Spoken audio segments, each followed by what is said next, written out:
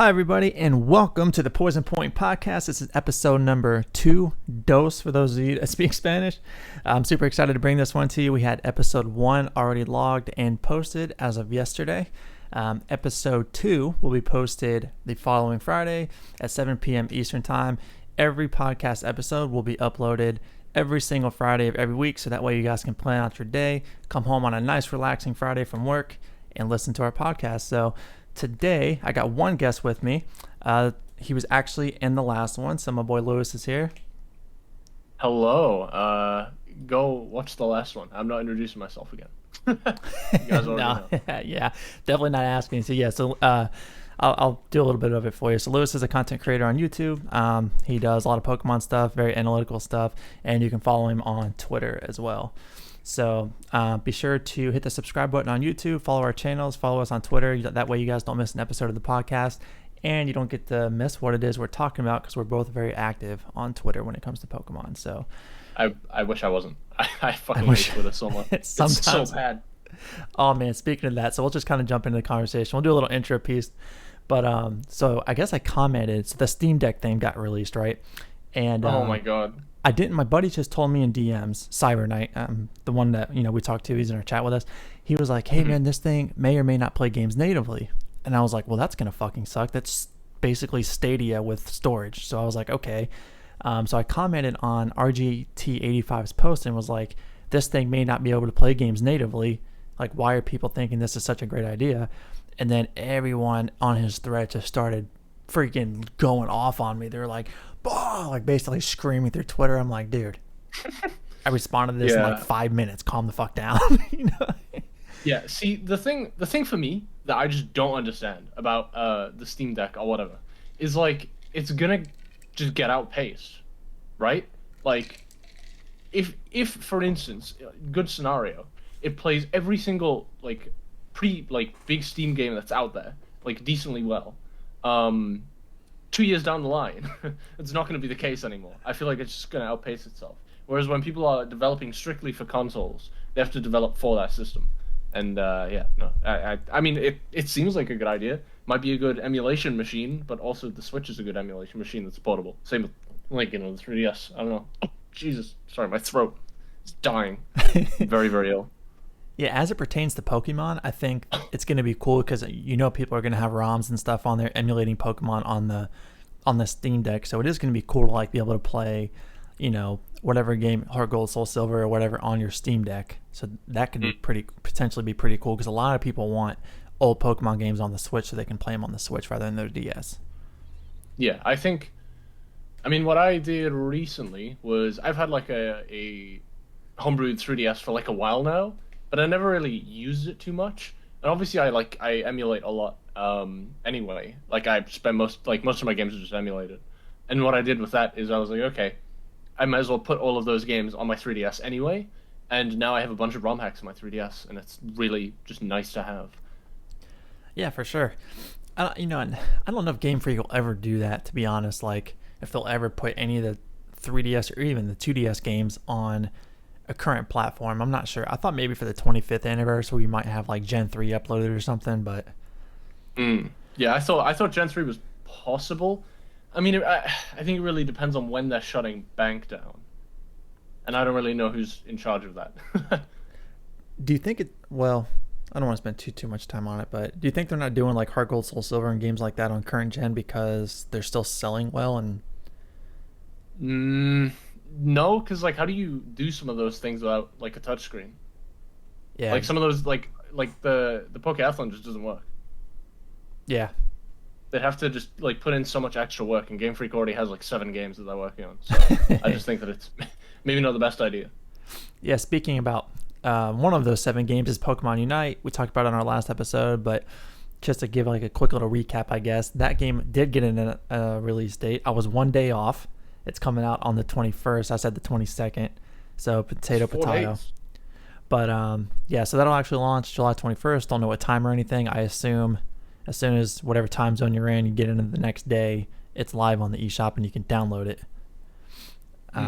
But I know people were like wondering what time is it coming out. I'm like, damn guys, it's the 21st, okay? Like, yeah, they don't give me an exact time. I'm gonna be a little mad, okay? Yeah, they don't say, oh yeah, BDSP is launching, November at 8 p.m. Eastern time. Make sure you go to Walmart. I mean, come on, guys, let's Yeah, I mean, with physical games, it's kind of a given. You know, we don't have to speculate. It's always just usually midnight, yeah, unless you're like a Steam game in Europe for some reason. I don't know why over here we have to wait until like 6 p.m. sometimes for games. It's very bizarre. it is. Yeah, it definitely is bizarre. Um, Outside of Pokemon Unite, though, BDSP Legends of Arceus, there's nothing really to recap. There isn't anything new. So we can kind of just. Not very surprising there. Yeah, no, I know. We probably won't know something until, I imagine, August, now that Unite's going to be out, but Oh. we'll cross that bridge when we get there, I guess. But yeah, so today's topic of conversation is going to be basically not the history of Pokemon, but just we're going to talk about where Pokemon started versus where Pokemon is at now, the good and the bad that came with that, and then kind of me and Lewis's experience. Just found out there's a little bit of an age difference between us, so we have a little bit of a different perspective on our experiences, and I think it's nice to just show appreciation toward Pokemon because it's something that we love, we talk about it, we make content about it, and there's enough negativity out there to find, so I figured this could actually be a pretty cool conversation to have, and then we'd also get to learn about each other's experiences with it as well. So we'll start with Generation 1. That's probably, obviously, the most notable. Have you played Generation 1 at all in any way, shape, or form? I've played Generation 1 like 700 times. It's kind of concerning. Is it your favorite gen? I've played these games way too much. No, it's probably my... hold on. I have like a list of... I have like... This sounds bad, but I have like opinions like written down about Pokemon that I have. Because I have so many takes on this series that I just forget every so often. But like my ranking, I won't spoil it. But I would... Yeah, Gen 1's at the bottom. Yeah, I think. Well, I started playing Pokemon, and I guess we'll start there. I started playing Pokemon when I was, let's see, I think probably like 10. I was born in '90, so my brother got Pokemon Yellow, and I got Pokemon Blue. So I was pissed because I didn't get the following Pikachu, I didn't get the colored graphics. So I've raised a freaking hellstorm about that, and my mom never heard the end of it. But so my first game was Pokemon Blue, and I was freaking in love with the game as soon as I played it. Like everything about it, like just I was watching the anime too, so I really wanted a Pikachu. Didn't know where the hell to find one because it wasn't following me, and I remember running into one at Viridian Forest, and I was just like losing my shit. I'm just like, oh, this is so cool. And then as I played through the game, I found Nidoran and realized that there's two different ones, and I remember thinking to myself like, what's the difference between these two? And then yeah, just like that whole experience was just really cool. And then it took me, I don't even know how long to figure out how to evolve Nidorino into Nidoking. Because you needed the Moonstone, obviously, so I had no way of knowing that. I think I just found out by selecting the item and then like, oh, you can use it on this Pokemon, and then evolved into Nidoking, and literally right as soon as I saw its sprite, I was like, that's my favorite Pokemon. But there it is. Shit, I didn't realize what that was building up to. Yeah, that's exactly what that was building up to. That is why Nidoking is my favorite. Like that Gen 1 sprite has just always stuck with me. And then obviously I started collecting the cards. It's literally the same exact thing. So that's kind of like how I started. I think it's crazy that you are obviously like a lot older than I am, because I would have just looked that shit up on Cerebi. Okay, like I would have been, so I'm 21. I was born in 99. And my first game was Diamond and Pearl. So, specifically Pearl. And it's really funny when I think about this, because the internet was so... Like, I grew up on the internet. I think it's, like, pretty safe to say. So even, like, at a fairly young age, I could navigate, like, Maryland, Cerebi, kind of Bulbapedia. It wasn't really that good, and still, truthfully, isn't. But, I could use those, and I didn't really have that really like issue with Pokemon. Like a lot of it made sense to me because I know a lot of the information was already out there.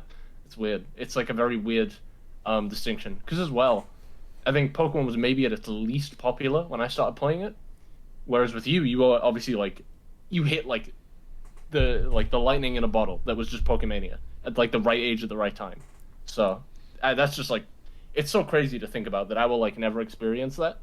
And yeah, it's kind of a relief, because I really like Pokemon, and obviously I've stuck with it for so long. in spite of everything. But at the same time, it's like I don't know. I kind of envy your perspective a little bit. It's not like a unique one. It's just maybe I was a little bit too late, and that's kind of weird.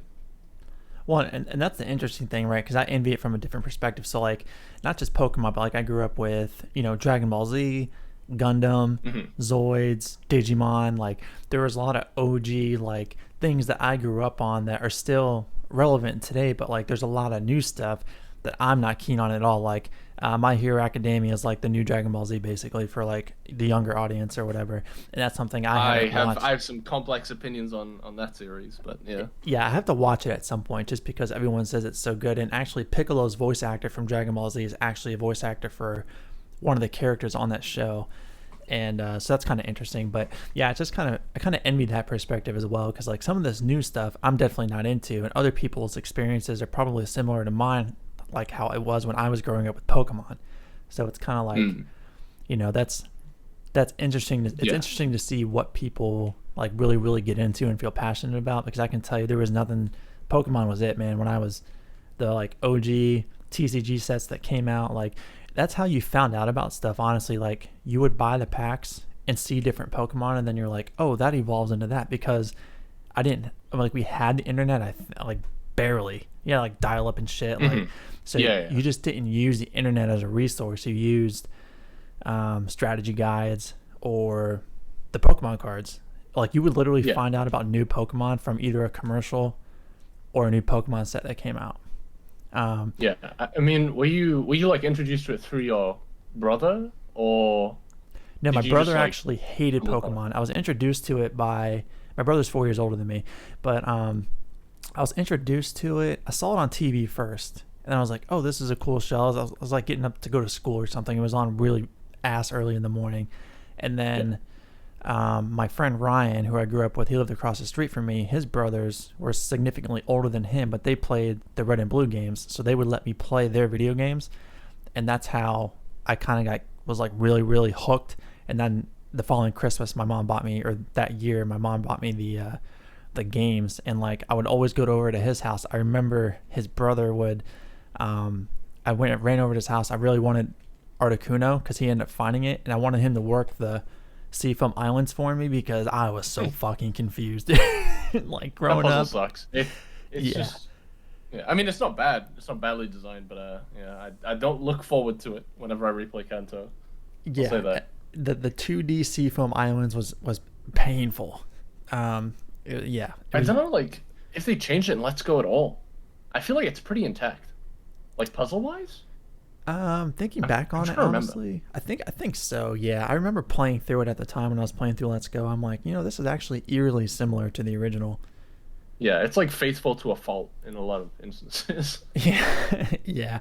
I mean, and that's the thing. Like, I know we talked about Let's Go a little bit, but like in terms of like the reiteration of Kanto and how they did it, especially the aesthetics and stuff, like there was a lot of things that I really liked about Let's Go, because I love Kanto in general, and I love the music, like how they redid the music. It was all very like uplifting and stuff. I fucking hated that catching mechanic, but outside of that, dude, like I actually really had fun with Let's Go, to be honest. Yeah, I feel like we'll get to Let's Go when we get to like Gen 7. Yeah. Oh yeah. In this. Yeah, for sure. But that's kind of how I started playing Pokemon. Just growing up with my friends and stuff, and then bought Gold and Silver basically right away as soon as those came out. And then so I would watch the anime. I remember when Ash saw Ho-Oh for the first time, and we didn't know what a Ho-Oh was. And you might actually get a kick out of this, because I don't know if you know this background or not, but I'm sure you do. Growing up at that time, when like there was that going on to the verge of Generation 2, there was like all this hubbub and rumors and stuff about a Pikablue like being in the game, which was basically Meryl. And we were just like, me and my buddy were like looking for it. We're like, what the fuck? And then they had all these glitches too, like the missing no glitch, and like Mew being under a truck and like shit like that. And it was just fun as kids, like looking for something that didn't exist, but it kind of like gave you hope, like, oh yeah, I'm gonna find it. And then that shit didn't exist. And then we saw Meryl obviously when Gen 2 came out, and we're like, what the fuck is that? Meryl is such a weird instance, because the only time I think people saw it before Gold and Silver came out, or before Misty had it in the anime, I don't really no Missy had Togepi. I don't remember when Marill was first like officially quote unquote revealed, but I know probably in some magazine or some shit. But I remember with Space World, the first time we would have seen Marill probably would have been in Space World, and at the time it was pink. So I don't know where the fuck Peekaboo came from. I don't know where like what the origin of that is, but like that's a fascinating thing to think about. Yeah, I don't know. I'm like trying to really think about when the whole Peekaboo. I don't even know how it got started. I think it was in a magazine spread. Like it had like a tail like Pikachu had, and it was just a blackout image of it, and people just kind of took it and ran with it. And then it was introduced as Tracy's first Pokemon in the anime. Tracy had a Marill, and Yeah. that was kind of like how it started to get popular. And then we were like, oh, that thing's freaking stupid. We don't even want that damn thing. Like, we're glad that we didn't get it. But yeah. Azumarill is so good. Oh, he is. Yeah. Yeah. Azumarill's awesome. And yeah, that was basically my Gen 2 experience. I just played the shit out of that. I remember my Eevee evolved at some point. I don't remember. I didn't know anything about the day night, evolving Eevee at that time. I just remember seeing Umbreon, and I instantly fell in love with Umbreon. And Umbreon's been my second favorite Pokemon for ever. So Umbreon's good. Yeah, Umbreon's awesome. I didn't really have an attachment to Gen 2. It was more or less like Kanto Plus that at that moment. I just remember it being really hard at the time, like because I picked Typhlosion my first time around, or Cyndaquil, and getting roll out by that fucking Miltank. It's just something that everyone. I never struggled against the Miltank. It's the silliest meme with Gen 2. I think that was the first game where everyone was like, they had like some like giant wall, and I just never experienced it. Maybe it was because I played Heart Gold, or maybe it's because I knew what I was doing. I don't know. Maybe I had a bigger brain as a kid than everyone else. I feel probably it's definitely the case. There's yeah, I mean probably. I mean, like, you got to remember what Gen 2 came out in 2001, so I was 11. Really no internet. So in terms of like you kind of just played the games, and you didn't really like. I remember having to get my Quilava to like level like 20 to 21, or then I think I got a Machop or something that you get in a trade, and then I used that. Yeah, the Machop is like the built-in like. Oh, I mean, there's several ways to do. Obviously, you can just catch an Onix, and the game also gives you like an Onix to trade as well. So they build up to winning quite well, I think. Yeah, I was just stubborn. I was that dude that like had my starter was like 20 levels higher than everything else, and then so. But yeah, I don't know. I was getting bodied by I got bodied by that Miltank a few times. Yeah. What I don't understand, kind of like what you just said, I don't understand how people think Cynthia's so hard. I don't think Cynthia's that hard at all. Really? No, I had no problems with Cynthia. I mean, my perspective on Cynthia, skipping ahead to Gen 4 a little bit, is I don't remember struggling against her as a kid. My memory's like really hazy. Maybe because I just, used my starter in Pearl. I mean, when we get to Diamond and Pearl, my first experience with Pokemon was, again, very weird. But with Cynthia, I mean, it depends on which one you play first, because she's easier in Platinum. So that's definitely like a big thing. But also, like, I went back to play Platinum for the first time properly, fully, like on cartridge, maybe beginning of last year. And what I remember vividly was like I had to grind for Cynthia, and I was like, wow, I haven't done that for a champion ever since. And it's a weird feeling, definitely. Maybe because new Pokemon is like that, but I mean, I've never had to grind for old Pokemon games either. Like I never had to grind for Red in Gen 2 or Gen 4 for that matter. So, maybe it's just my experience. Maybe it was the team that I was using. I decided to use a Chimecho for fun, and that backfired like 2/3 of the way through the game. Real quick. But yeah, no. So I mean, so Gen 4 is the first game you played, but like, how'd you get into Pokemon? Was it just like what gained your interest? What made you want to even play the games at all? Yeah, so I think I remember this pretty vividly. So I would have been when I was like 3 or 4 years old. This would have been like 2001, 2002. I got into Yu-Gi-Oh, and that was the thing that I was into for a long time. Like the only thing that I was into was Yu-Gi-Oh. Obviously I had like other interests as a kid, but like the big thing that like a lot of my life like revolved around was Yu-Gi-Oh. And this would have gone on for a while, like after I'd gone to Pokemon as well. It's like the next big thing. Like when you're a kid as well, like you get super attached to something, And when it came to Pokemon, I thought it was kind of stupid. I just remember it being like, obviously I said that it wasn't that popular, especially like over here, but it was still like popular. It was still about, and there was also that kind of rivalry with like Yu-Gi-Oh and Pokemon and not really Digimon, where I thought Pokemon was kind of stupid, and in retrospect it is. But at the time, I remember a bunch of my friends at school, they were playing it. They were playing Diamond and Pearl, and something about that was like, you know what, I'll get into this. Like it was kind of stupid. I was like, you know what, maybe this will be fun. So I go to there's a place called Game Station, which is now gone, and it was like inside of a Blockbuster, which is also now gone. I think it's been replaced with like, when I like look on like Google Maps at that store, there's like one image of that store in like Google Maps, and it's just gone. It's been erased from history. But anyway, that yeah, I remember very vividly going to the shelf with all like the DS and Wii games because it was separated by like Nintendo or whatever, and there was Pokemon Pearl. There's one copy left, Pokemon Pearl, and then Pokemon Battle Revolution right next to it. And I swear to God, if it wasn't for the gross fucking box art the Battle Revolution has, I would not be here. Like if I'd chosen the Wii game, my life would be completely different. And that's such like a weird thing to think about. But yeah, I played Diamond and Pearl, or I played Pearl.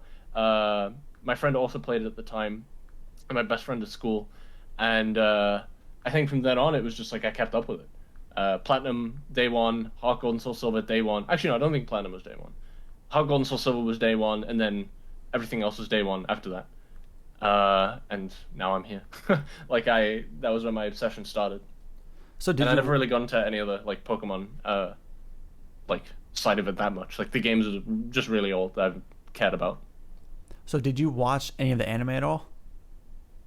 So I was like consciously aware of it, and I started watching Diamond and Pearl, and I think I tapped out of the anime right about when Gen 5 was coming out, and I don't know. I remember being aware of it, but probably to the same extent that I am now. Like I remember Diamond and Pearl.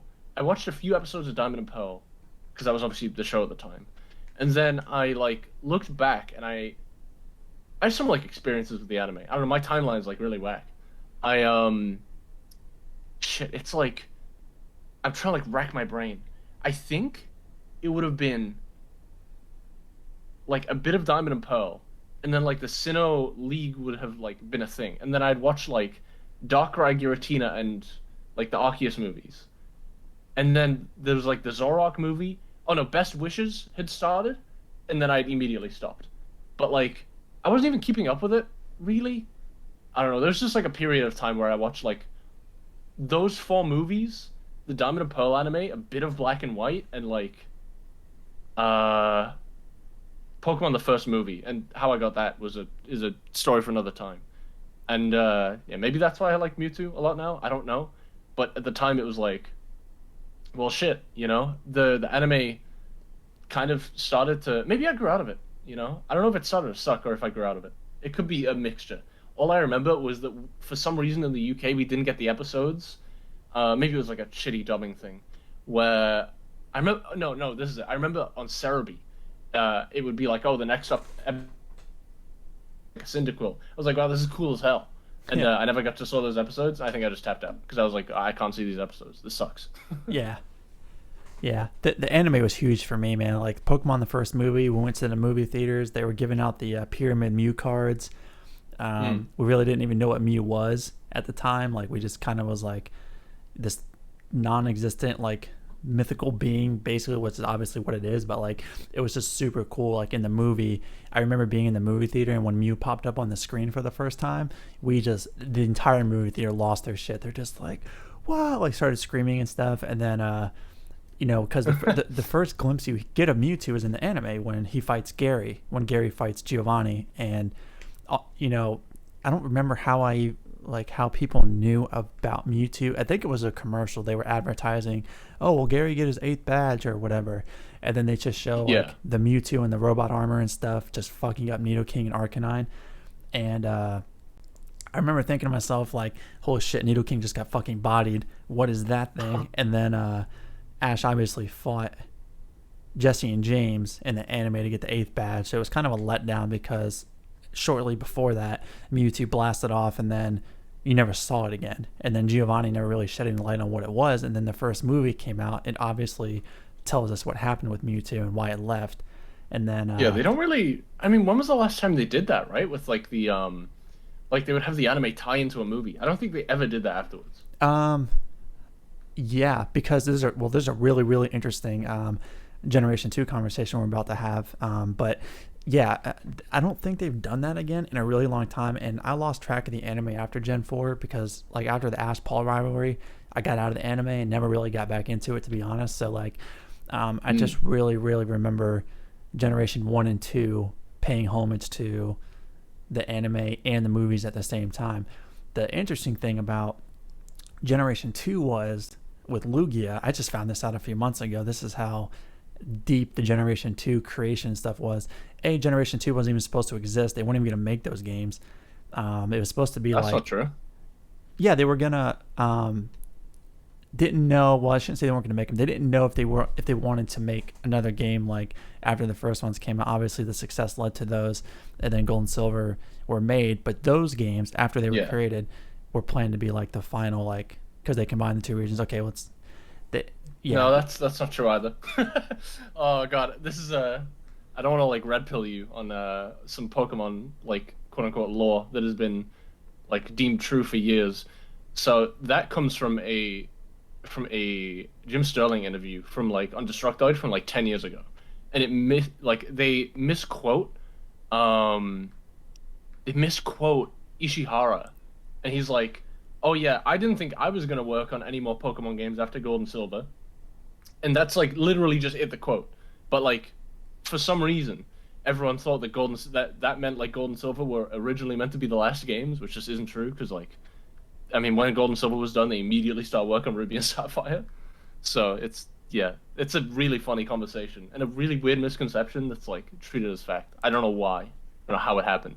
Yeah, and I remember reading a Masuda quote or something. I can't remember what he said. I think it was more or less just about obviously they ended up making Ruby and Sapphire, but then like him talking about his experience with making the games, and when they were about to come out, he was like really sick to his stomach. He was having bad dreams about the games selling horribly, and, he was hospitalized. That shit was crazy. Yeah, like the stress that this dude was under at the time, because Generation 2 was on such a pedestal, and then they obviously went a substantially different direction. But what I was going to mention real quick about Gen 2 was the fact, with Lugia's creation, kind of like how it got its name, and like Lugia in and itself is from a mythological standpoint, or not really mythological, but just like a history standpoint, it's pretty interesting because it wasn't like a planned Pokemon. It wasn't. Yeah, Lugia was just very interesting. Ho-Oh we already knew about because it was in the first anime season, so like we already knew Ho-Oh existed. But like for Lugia to have its own movie, and for it to get the name that it got, and its design, and like just that whole thing with Lugia is incredibly interesting. Yeah, Lugia is I don't know I feel like people are a lot more interested in Lugia nowadays after the whole after the light had been shed on Takeshi Shuro's creation of Lugia, and it's kind of weird because like, not to say that it's not all true, but like it's also like Pokemon's game development was like, I mean, it's haphazard now, but like think of Gen 2. Like that was Gen 2's development is so fucking insane.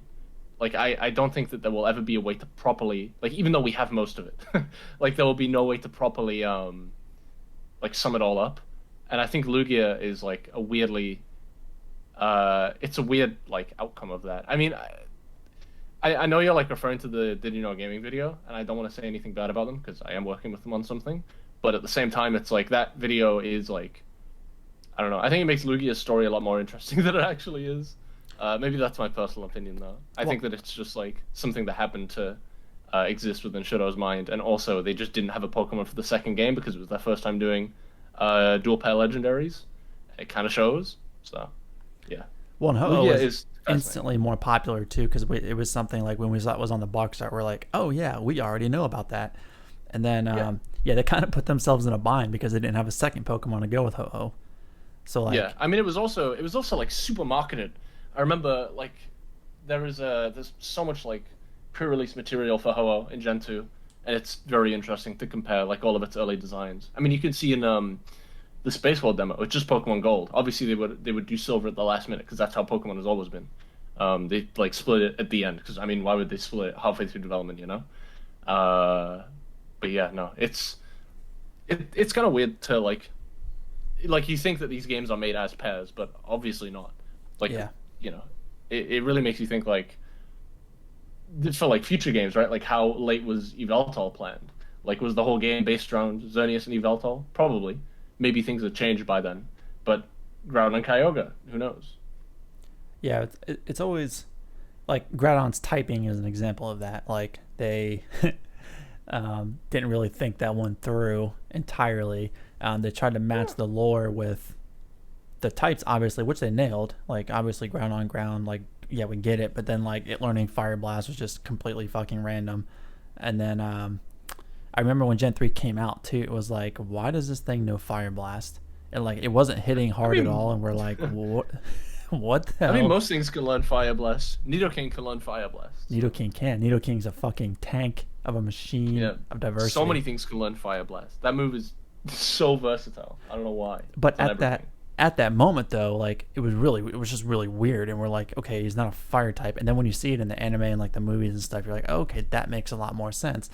So like I'm envious of like the kids that grew up with ORAS as like their first experience with Gen 3, and this already has this dual fire typing with all this cool shit, and we're just like over here like, okay, Kyogre bodies Groudon with like Kyogre was insanely more popular than Groudon growing up. Like Really? nobody wanted parts of Groudon at like people just did not like that mon at all. People were giant Kyogre fans. Like yeah, it was very interesting. Nobody wanted any parts of Groudon That's really. weird as hell. Because like I obviously don't have that perspective because I grew up with Gen 4, so I never like saw the fallout or whatever. But obviously the first game in the past sold like sells the most. So Ruby sold better than Sapphire. So it's interesting to hear you say that. I never knew that. Yeah, and for me, the height of Pokemon for me was Generation 3 in terms of like enjoyment. Like I enjoy Gen 3 more than any other gen, even though it's not my favorite generation, because like me and my friends were just so heavily involved in it, and we'd stay up till like 3 4 in the morning, and there were a lot of different like evolutions and like exploration things. You could obviously use dive. You were trying to figure out puzzles for the Reggies, and like there was just so many cool new things, and that kind of like kept us really really busy, like helping each other figure them out, trading Pokemon, and like yeah, it was just secret bases. Like that whole aspect was just super. Like you really dove into that, and I remember like that was the most fun I've had in probably in a really long time. And then when Generation 4 came out, it was just a different kind of fun. But Yeah. was ORAS obviously, was that your first experience with Gen 3, or did you play the originals first and then? So how obviously I like played the new games as they came out following Diamond and Pearl, but I think like my real order would have been like Pearl, Platinum, Diamond, and then like Ruby, and then Heart Gold, Soul Silver, and then by that time I'd learned how to emulate. So I played like every other previous Pokemon game, like Gen 3 and before. So yeah, no, I definitely played Gen 3 like multiple times before or as it came out. Although Okay, that's I cool. wasn't like as intimate with it because I mean it wasn't like my story of getting Ruby. It's like my mom's friend like son grew out of Pokemon. I don't even know who this person is, but I definitely have his like level 100 like Groudon in my Pokemon home. So thanks Liam. But like I don't um all I remember was that I did like a grass mono run. And that was really weird because it was like my third Pokemon game. Like, why am I doing a challenge on this? But it was fun, and I don't think I have that team anymore. But it was yeah, I definitely remember my original playthrough a lot. It was fun. I obviously Oras was like the first time that I properly revisited it because I mean, there's no real reason for me to play Ruby, Sapphire, and Emerald, because those games are practically all the fucking same. And Oras is, I mean, I just remember Oras coming out. It was probably the best time of my life being a Pokemon fan, like 2014, with like the community that I got involved with. I mean, my history doing like Pokemon YouTubing goes way, way, way, way back, and it's why I met a lot of people that are still my friends. It's why I met a lot of influencers. It's why I started like taking YouTube, seriously at the time, and it was a it was a good time. And ORAS was obviously the game of that year, and yeah, I have a lot of really good memories with ORAS in particular. Oh yeah, I had a blast with ORAS. Like it was a lot of fun. I really enjoyed the freaking, was it the Dex Nav? and like the creeping up on Pokemon to get like, you know, just have different moves. It really threw like some diversity in like what you caught. And yeah, ORAS did. I know people hate on that game a lot, which is in hindsight really weird, fucking weird to me. But the hilarious thing about Gen 3 for me is like when I played the originals, I had absolutely zero part to do with the Battle Frontier. I don't even think I walked in the building. And This is such like a common thing. It's it's insane. fucking funny because when ORAS came out, everyone was obviously pissed that there was no Battle Frontier, and I'm sitting over here like, what the fuck? Like, who gives a shit? Like, I mean, I guess. I totally get it. It sucks that there's no Battle Frontier, but at the end of the day, they weren't remaking Emerald. If they wanted to remake Emerald, they would have done that, and they would have put the Battle Frontier and all the characters from the Battle Frontier in there. Yeah. Obviously, the game had 2 years of development, and it was like the second 3D game. They were making it while they were making their first 3D game, so you know I can't really be mad at them. I mean, like I get why people are upset, and you know people are also going to bring up like, oh, you know, Heart Gold and Soul Silver had the Battle Frontier and a bunch of crystal stuff, and it's like, first of all, like that's the exception, not the rule. Secondly, they could just paste the Battle Frontier from Platinum, which is exactly what they did. So it's not like they could really do that with ORAS. You know, there wasn't like a Gen 6 equivalent to the Frontier or anything. And again, it's why I can't really get mad at ORAS because I think it's just a different experience. Like, it's one of those weird situations where, like, it's as a remake, it deviates a lot from the original, and I don't like a lot of those deviations, but I kind of respect that it had the balls to do that in spite of those changes being kind of shitty. And also, it has like a lot of great new stuff, like DexNav, like just being the greatest thing ever, and soaring, and you know, just like a lot of the legendary post-game stuff. I have a lot of fond memories of that. Like that reminds me of just like the original. It's kind of in spirit, like that kind of thing in particular, because you know, Regigigas, or not Regigigas, the original Regis and Hoenn, are these very like esoteric kind of legendaries to catch, and I feel like even though they had like very limited things to work with, like especially time-wise and resources, they still managed to do that with like the older legendary Pokemon that they've just kind of dumped into ORAS. It's like, oh, you need like 3 Pokemon with like max IV or like max EVs on a Tuesday, and then you can find Azalf. It's like, it's so weird, but I like that. You know, it's very much in the spirit of Gen 3. So I think ORAS is like definitely a mixed bag, and I get why people don't like it as much, but I think that it was still like a really good game. For reference, I don't think any like main Pokemon game is bad. The spin-offs, I have very different opinions on, but Yeah. main Pokemon games, like even like my least favorite games in the series are Fire Red, Leaf Green, and even then, they're still like fantastic games. Like if you were to put them up against like every other game out there, and I feel the same way with like Gen 1. It's like how many Game Boy games are as replayable as Gen 1 or 2? Yeah, and that's Like I'll name one. and that's part of the reason why I wanted to do like an episode like this, because it shows like how diverse the Pokemon company is, and really, or the Pokemon community, and like how big it is. Because like for me, like the perspective that I have is, I remember when I was younger and like playing, you know, Generation 1 and 2, and then obviously 2014, I'm at that point, how old was I? 24 years old. And seeing that you can soar in the fucking overworld on a Latios is like a childhood like dream. You're like, holy shit, this is fucking cool. And then like the modern, maybe more modern audience was just kind of like, oh, this is just a thing. So like for me, I had like such an appreciation for being able to like oversee the region flying on a fucking Latios, and like just the whole thing was super cool. But then, you know, there's like all these people, and that's what's funny about it. Like my initial confusion on why people were giving the game so much hate was like, why are people hating this game? And then they're like, oh well, there's no Battle Frontier and like all these other things. And I'm like, man, people are like really, really up on certain things that I just didn't pay any fucking mind to. And I guess it's just because when I played the games back in the day, I just didn't, I guess, pay them any mind because I was doing other shit in the games, like secret bases and stuff. I just, like I said, I may have walked in the Battle Frontier twice. I just never did anything there. Yeah. I do. I mean, the Battle Frontier is, I understand it the most, even though like I totally get why they couldn't include it. I think that including like the diorama, because here's the thing, right? It's like a pseudo nod to Emerald. There's a lot of stuff like that. Like I think when you finish the Delta episode, there's a cutscene, and obviously the Delta episode is one big huge reference to Emerald. Like with the music going up Sky Pillar is literally Rayquaza's theme as he comes down. It's like a remix of that. But I remember like there's a cutscene where Wallace like talks to Steven. Steven's like, hey, I need to step down as the champion. You should have your mentor like Juan as the gym leader of Sutopolis, and it's like that's cool. You know, they're tying into Emerald, even though they can't exactly make an Emerald remake.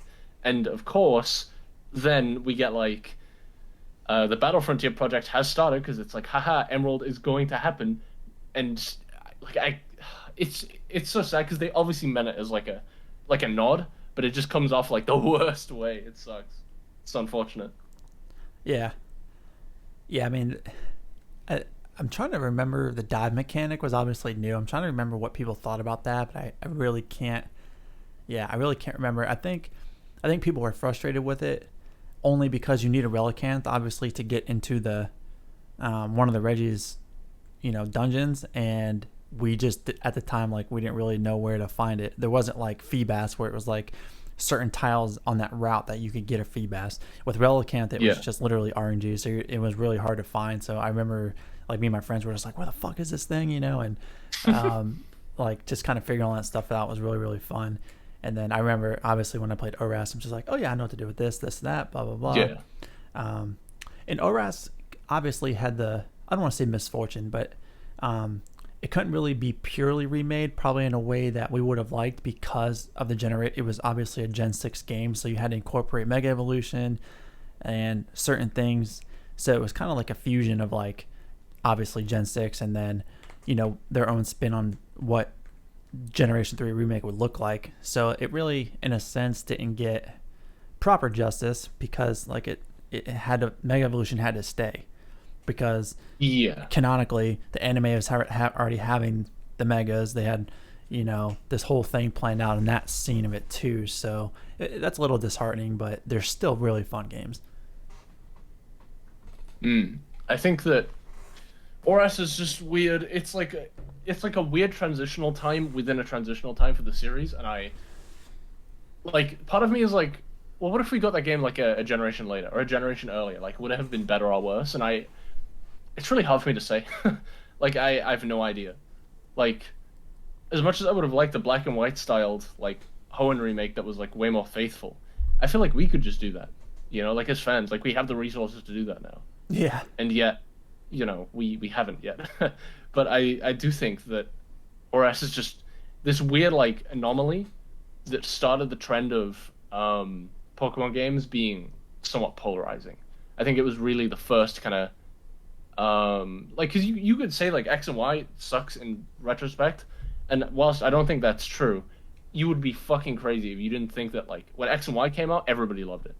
Like that, like it's insane.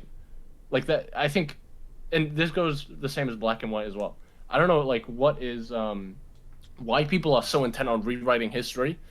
Like Black and White wasn't that controversial when it came out. Some like Gen 1ers didn't like a few new Pokemon. But like the hardcore community really like Black and White. You can go back to like Cerebi forums. You can go back to like forum posts from like 2010, and people being like, "Yeah, the story and music in this game, great." And it's exactly what people are praising it for nowadays. And like, and reviews at the time they were like crazy good. So like that, like the big outlets covered it really well. And it's just like, man, ORAS was like the first game where people were like, they weren't too keen on it, and I think that it being a remake definitely has something to do with that. Also, it being Omori's first project, what is one of many unfinished Pokemon games, but I guess we'll get to that when we get to Sun and Moon or whatever. Yeah. I mean, we've pretty much spoken mostly about Gen 4. And Pokemon Platinum, I said this in the last episode. You guys should go watch it. Pokemon Platinum was my favorite, still is my favorite Pokemon game of all time. I just had such a fun team, and like I don't know, I just loved everything about Generation 4 Pokemon Platinum, like being able to get a villa, and there's just so many cool things with that game. The underground aspect of it, which obviously was all in Diamond and Pearl, but the Platinum decks I think really for me did it, and just I had such a fun team and a fun time with that game, and I've played it probably 10 times over, to be honest. Like and I love the anime too, so I think the anime for me really made me enjoy it even more because I was actually a huge Empoleon stan. I didn't like Infernape really at all. I definitely didn't care for Torterra. So like when I saw the anime and the Infernape Ash relationship, I was like, oh man, I'm gonna use one of those next time I play through it. And now I really like Infernape. So the anime Gen 4 for me had a huge impact on like why it's my favorite. I love the game too, but yeah, the anime definitely did a lot for me. Yeah, I mean, Platinum for me, obviously, I adore that game. But it's like it's one of those. It's weird, right? Like I love the game. Don't get me wrong. It's definitely like top 5 games, probably top 4. But like at the same time, despite spending so long on it as a kid, so long in Sinnoh, Platinum and obviously to a larger extent Diamond and Pearl because they're just fucking worse. It's like those Sinnoh in general gets worse the more I replay it, and I think they are absolutely the most deserving of a remake. Like, holy shit! And again, it's why BDSP is so disappointing to me because it's like of all the games to do a by the numbers remake, like this is it. Like, oh god, having no more HMs, having like way better level design, a way better story. The story in Gen 4 is so fucking atrociously bad. There's just so many things that I feel like could be improved upon. The regional dex is terrible, even in Platinum. It's just like, I really, really hope BDSP isn't as faithful as they keep telling us it is. But like, goddamn, like, like Platinum, Gen 4 just gets worse the more I replay it, and it's why I've been hesitant to do like a full on cartridge playthrough for a while now. Granted, I've done it a few times in the last couple of years, and they're not bad games at all. They're still like some of my favorite Pokemon games, and I still have a lot of great memories with them. But they do get worse every time I replay them, which is not something I can say for the next generation, or anything, or much of the stuff like before or after that. I feel like they like plateau. I very rarely like change my opinions on my overall thoughts on the games. It's just their like position within each other shifts, I guess. Yeah, and that's what is hilarious for me because I actually never completely played through Diamond and Pearl. Like, I actually never beat those games. I remember, and it's so funny. Well, now you got the chance. Well, the reason why I didn't was because my stepbrother had Pearl, and I picked up and he let me play it, and I just remember playing so slow. I'm just like, dude, what is wrong? I thought something was wrong with the game. Like, I was like, I mean, dude, did you get a bad copy or something? They had to rush it. That's just it. And it was delayed, which is crazy to me. I was like, dude, I don't even want to like play this game. So then I stopped playing it, went and watched the anime, just kept watching the anime. I just kept watching it, and then Platinum came out, and I'm like, okay, I'll try Platinum instead of Pearl and Diamond because Emerald set the tone for really a lot of what we have now in Pokemon. Like, Emerald had a huge impact on the gaming series in its entirety. Like, what that game did, it basically opened the door obviously for Platinum, and then when that came through, we're just like, oh man, this plays smoother than Diamond and Pearl. This is, the decks, and like there's just so many cool things. So Platinum for me was my first complete playthrough of Gen 4, which is probably why my experience is better because I didn't spend 70 hours on that shitty ass Diamond and Pearl engine that they had in that game. It's weird. I think Diamond and Pearl, I mean, they're not bad games, but it's like the engine is probably the least offensive thing about Diamond and Pearl when compared to Platinum. Because Platinum is faster, but at the end of the day, Diamond and Pearl's pacing is so bad, and the story is so terrible. Like, there is, oh God, they're gonna have to do so much work to redeem it, and they're not gonna do that work, which is what annoys me. I know, and it's like so tilting. Well, we don't know this about Legends of Arceus, or I keep saying of. I'm trying. I'm working on it for you. I promise. You gotta work on that. Legends Arceus. I'm working on it. It doesn't help that people at work say of too. It's like shit gets stuck in my head. But anyways, Legends Arceus. I mean, obviously we don't know anything about it, but we can safely assume that Generation 4 between both games, both remakes are going to completely miss out on like Cyrus and like basically the entire lore remake aspect of what Gen 4 needs, and just missed the mark entirely because Legends Arceus is a prequel and then BDSP is a faithful remake. So it's like there's literally no justifiable like take on the story mode or enhancing or fixing anything that we know of.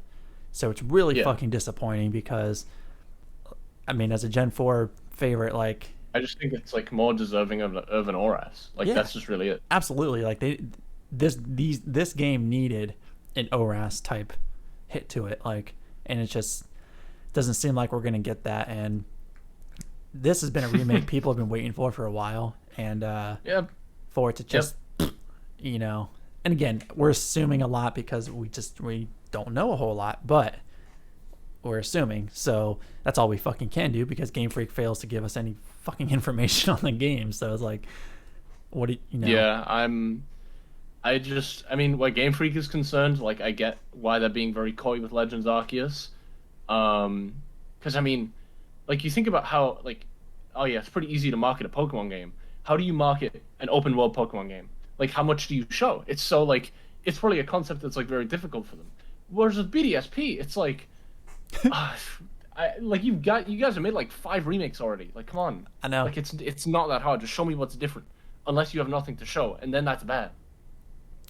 Well, like I said, my theory on that is just simply, for me, I don't think it's like them figuring out a marketing strategy. I just think it's timing. I just honestly think their timing for this hasn't been very good because it seems like this may not be the case, but it seems like they obviously want Unite to come out first, and then them start marketing the games. And I think they went with that approach because Legends Arceus comes out such a later time than BDS. Well, not such a later time, but I mean, compared to when they were revealed, obviously BDSP comes out in November, and then Legends Arceus is a little later. So I just think they're trying to time the marketing to where it's convenient for both games.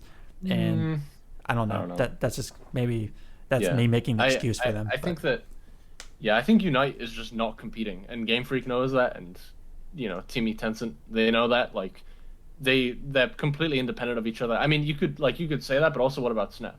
Like, they didn't show a lot of Unite up until after the Snap came out. That's true, but they also weren't, like, competing. And I don't think people are also not going to play BDSP or Legends Arceus because Unite is, like, a thing that exists. And also, they should know by now, given the response to Unite, most people don't care comparatively in terms of their hardcore audience. Also, they just have nothing to show for BDSP. Legends Arceus is a bit more up in the air. I'm still, more than willing to give them a shot, A, because it's Game Freak, and truthfully, I've played their games for like 20 years. I kind of know what to expect, but with Ilka, I'm very deeply concerned. Well, I think Nintendo's president has a huge impact on what it is we're seeing right now because I don't know if you remember his initial interview when he took over as president that he really wanted to hammer the mobile market. That was like a huge priority for him, and he used to be on the Pokemon board. So I think he's really behind the reason why Unite is being pushed like it is and why it even exists, to be honest, because, he went on about, the market's $60 billion market and blah, blah, blah, blah, blah. And I think, honestly, Unite simply exists in large part because of Furukawa. I just think that's the space that he wants to get into, and what better thing to throw money at than Pokemon in order to get money. So yeah, I mean, we said this in the last episode. It's a good business venture for the various markets and audiences that aren't already like super into Pokemon or MOBAs.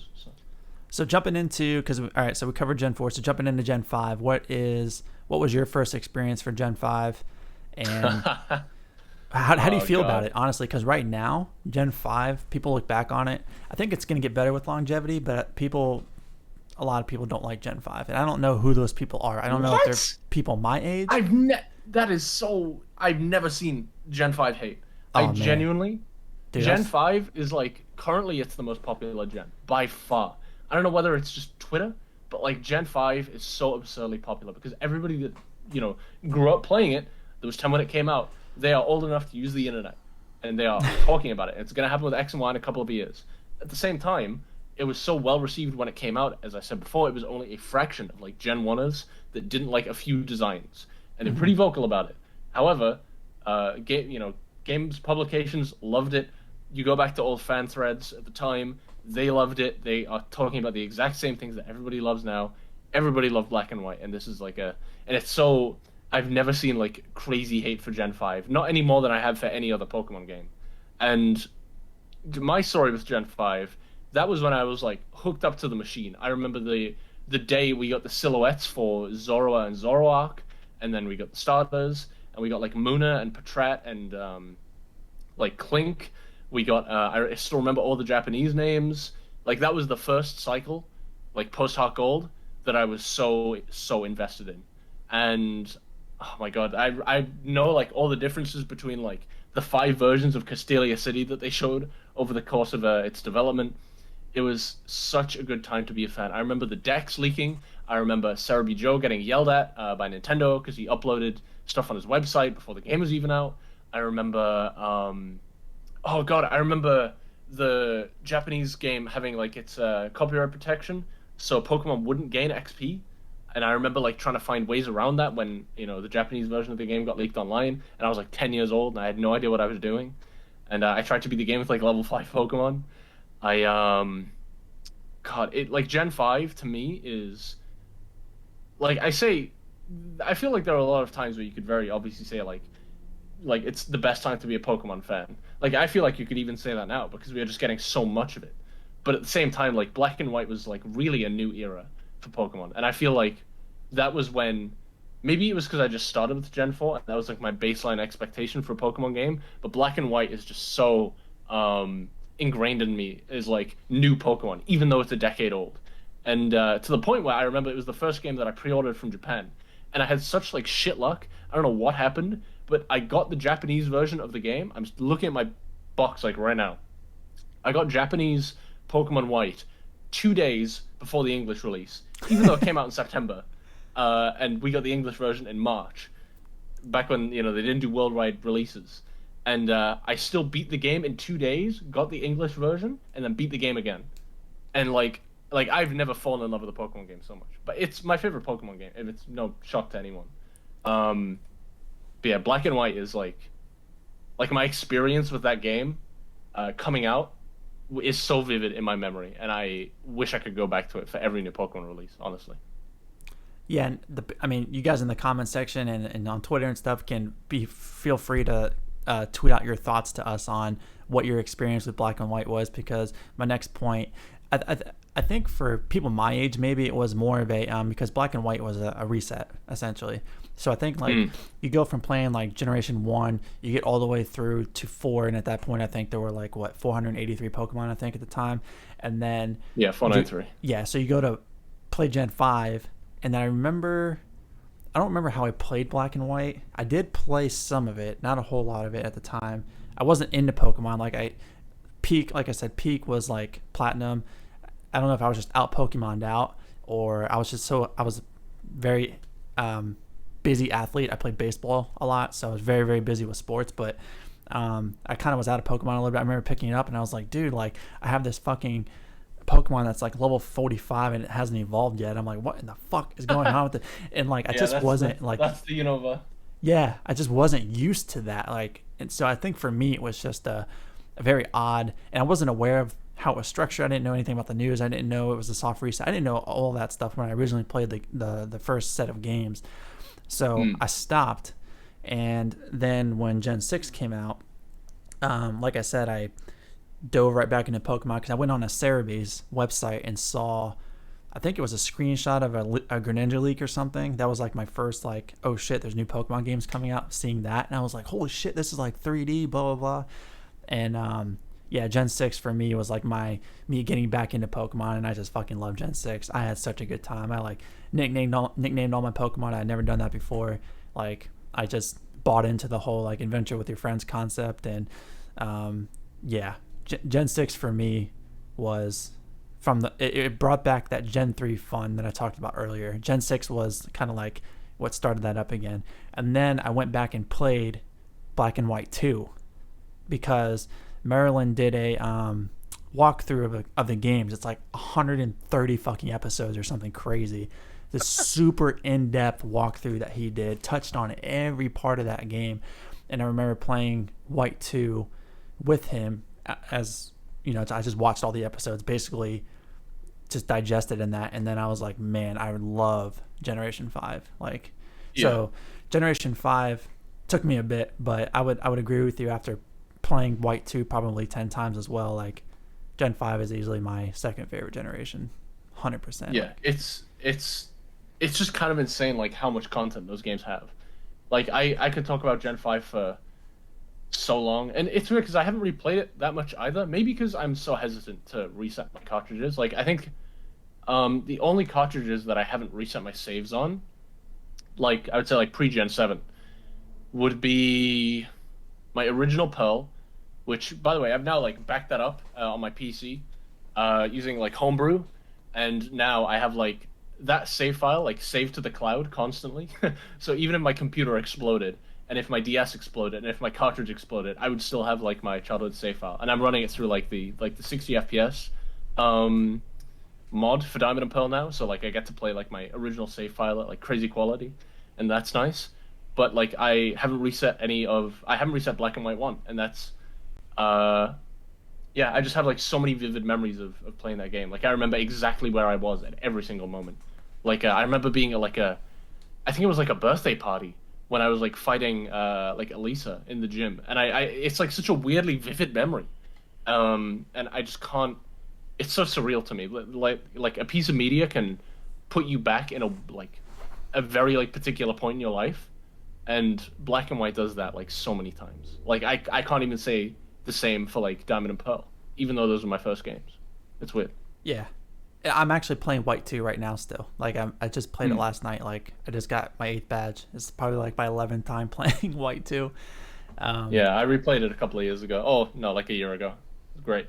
I have such a Pokemon itch right now, dude. Like I'm just like I'm like, man, I don't want to play through an entire game again because like I don't want to like burn myself out before the other games come out. So every time a new Pokemon game I know is coming, I try not to play any Pokemon games until that game comes out to like I feel like fully enjoy it. That's kind of how I am, but it's fucking hard right now because I'm like, dude, like I don't even really want to play Unite, honestly. I'm gonna probably try it, but I got an itch right now. I need to play something, and we don't we don't know anything. I'm just like, dude, what is going on with Pokemon right now? Very odd for a 25th anniversary celebration to be so lackluster so far. I know we've had a lot of new stuff Pokemon in general. I just mean the games. Like it's just very odd. But yeah, there's a lot going on. Yeah, and TCG sets especially, like there's a lot going on. So I don't want people to jump our bones and be like, "There's this going on." Like, nah, I got it. Like, there's been a lot. There's been clothing lines. There's been I'm tracking all that stuff. It's just, from a gaming perspective, it's been pretty lackluster. And I don't know. Snap was fun though. Snap was really cool. I mean, to have 4 Pokemon games coming out in the span of 12 months is obviously a huge deal. So maybe lackluster is not the best word, but people really love Snap, and then I feel like Snap may be the height of our excitement if BDSP falls flat, and then I don't know. I thinking about BDSP just makes me sad. It's like the first Pokemon game that I've genuinely been like, what the fuck is this? Like I'm like it's such like a weird heel turn for me because with obviously I feel like we're jumping ahead a bit, but with Sword and Shield, I was like pretty positive, I would say, and I still am in hindsight. Those games are fine. I just beat Sword again yesterday. This morning. And it's just like those games are just okay. Like they're not my favorite at all. I would say like even now, like with the DLC, they're just a little bit better than Gen 1. Truthfully, I would maybe rather play Let's Go. But at the same time, it's like they're not bad games. With BDSP, it's like I don't know. I feel like it has no reason to exist if it's the same damn game. It's so funny. We keep jumping ahead to BDSP. It's so funny. Like it's so hard not to. That game just riles me up. It's crazy. I know. It's so hard not to jump ahead and talk about it because it's just like we have this freaking game that we wanted to remake for so long. But before I bring it up again, so Gen 6, jumping into Gen 6. As it was one of those games for me that like as I kept playing, like as I got into Gen 7, Let's Go, Sword and Shield, for me X and Y became harder and harder to go back and play. And I don't know if it's because as much fun as I had, like I said, I just went over how much fun I had with Gen 6, but I think it's just like once I kind of came back down to earth, now that I'm back in Pokemon again, like I'm looking back and I'm like, wow, this game missed the mark on a lot of different things, especially when you factor in what Zygarde was like in Gen 7, and you're just like, what the fuck is this thing even doing here? Like, the whole thing was just a discombobulated fucking mess with Zygarde, but I think the turning point for me in that game was when I found Zygarde, because I didn't know it existed. I went there, saw it in the cave, I'm like, oh, that's really cool, there's like this new random mon back. It reminded me of when I found Rayquaza for the first time, and I was like, this is fucking cool. But there was just no lore about it. Literally the only lore you had about Zygarde in that game was its ability, I think mentioned, it balances Xerneas and Yveltal or whatever. and you're like, Yeah. okay, so there's clearly a X2 and Y2 coming out, right? No, let's just make Yeah, Gen 7. It's like, what happened? Like, yeah. um, Pokemon Z is that's a fascinating story that I've done so much research on. I've already made a video on, and then as well, it got we found out when the Sun and Moon leaks happened that like last year that that Pokemon Z or an X2 or like another pair of games in Kalos was like 100% reserved. yeah, Um, and that's just, I mean, it's not surprising, but like, God, Sun and Moon was so rushed out for the 20th. But like, yeah, we were talking about Gen 6. yeah. But I mean, all in all, like, where does Generation 6 fall for me? I mean, because Gen 4 for me is 1, Gen 5 is 2.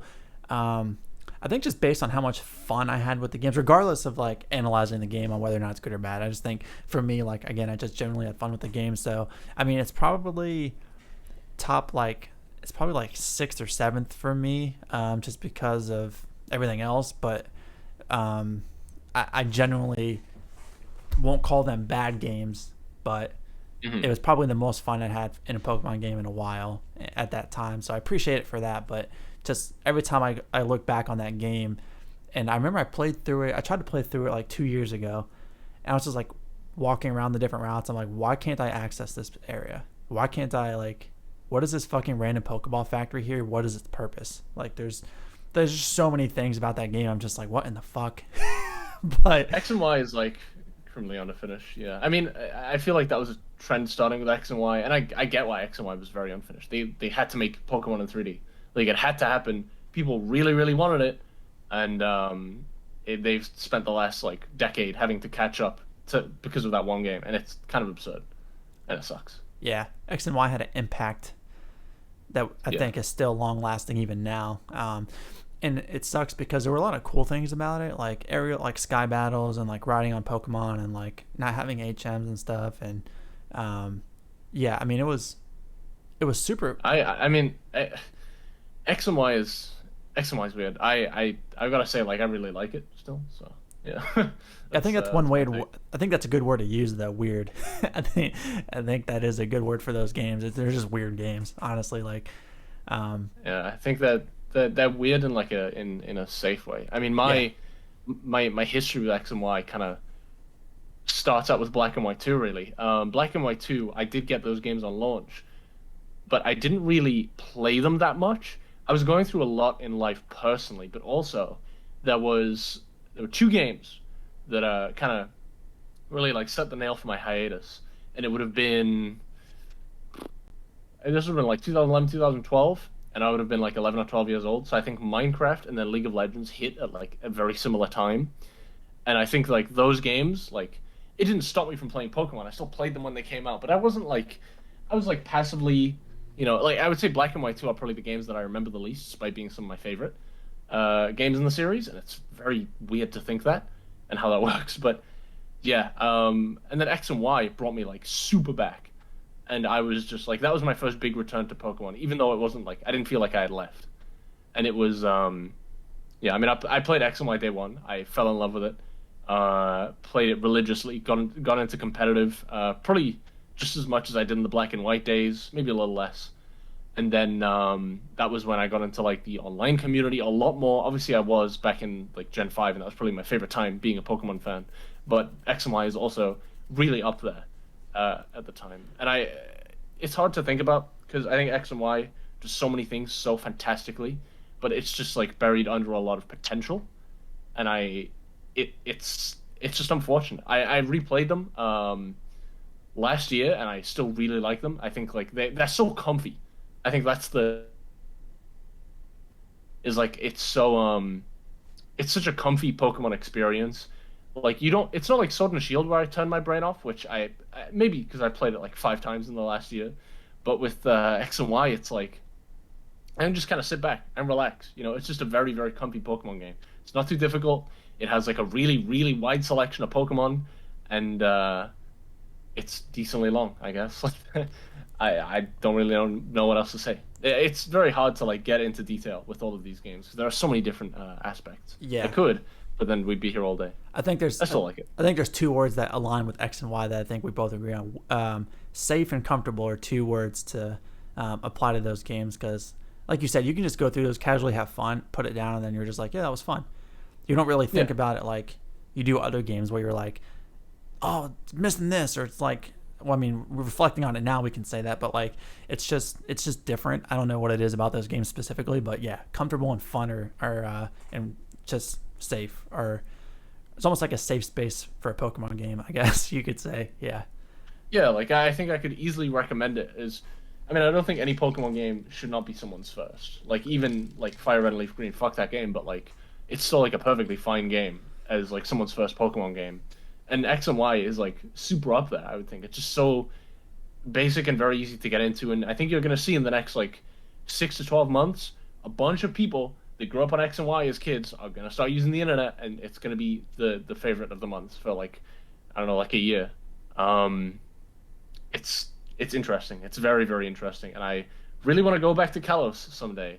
As somebody who's doing like an HD retexture project of X and Y as well, I have a huge appreciation for Gen 6, mainly because it was one of the best times to be a fan, but also because that game, with even like the tiniest bit of polish, is just significantly better, and I'm excited to see if they ever return to it. Maybe they won't, but you know, I can always dream a little bit. And just a quick point, and I may be wrong about this, but I'm just kind of started thinking about it just now.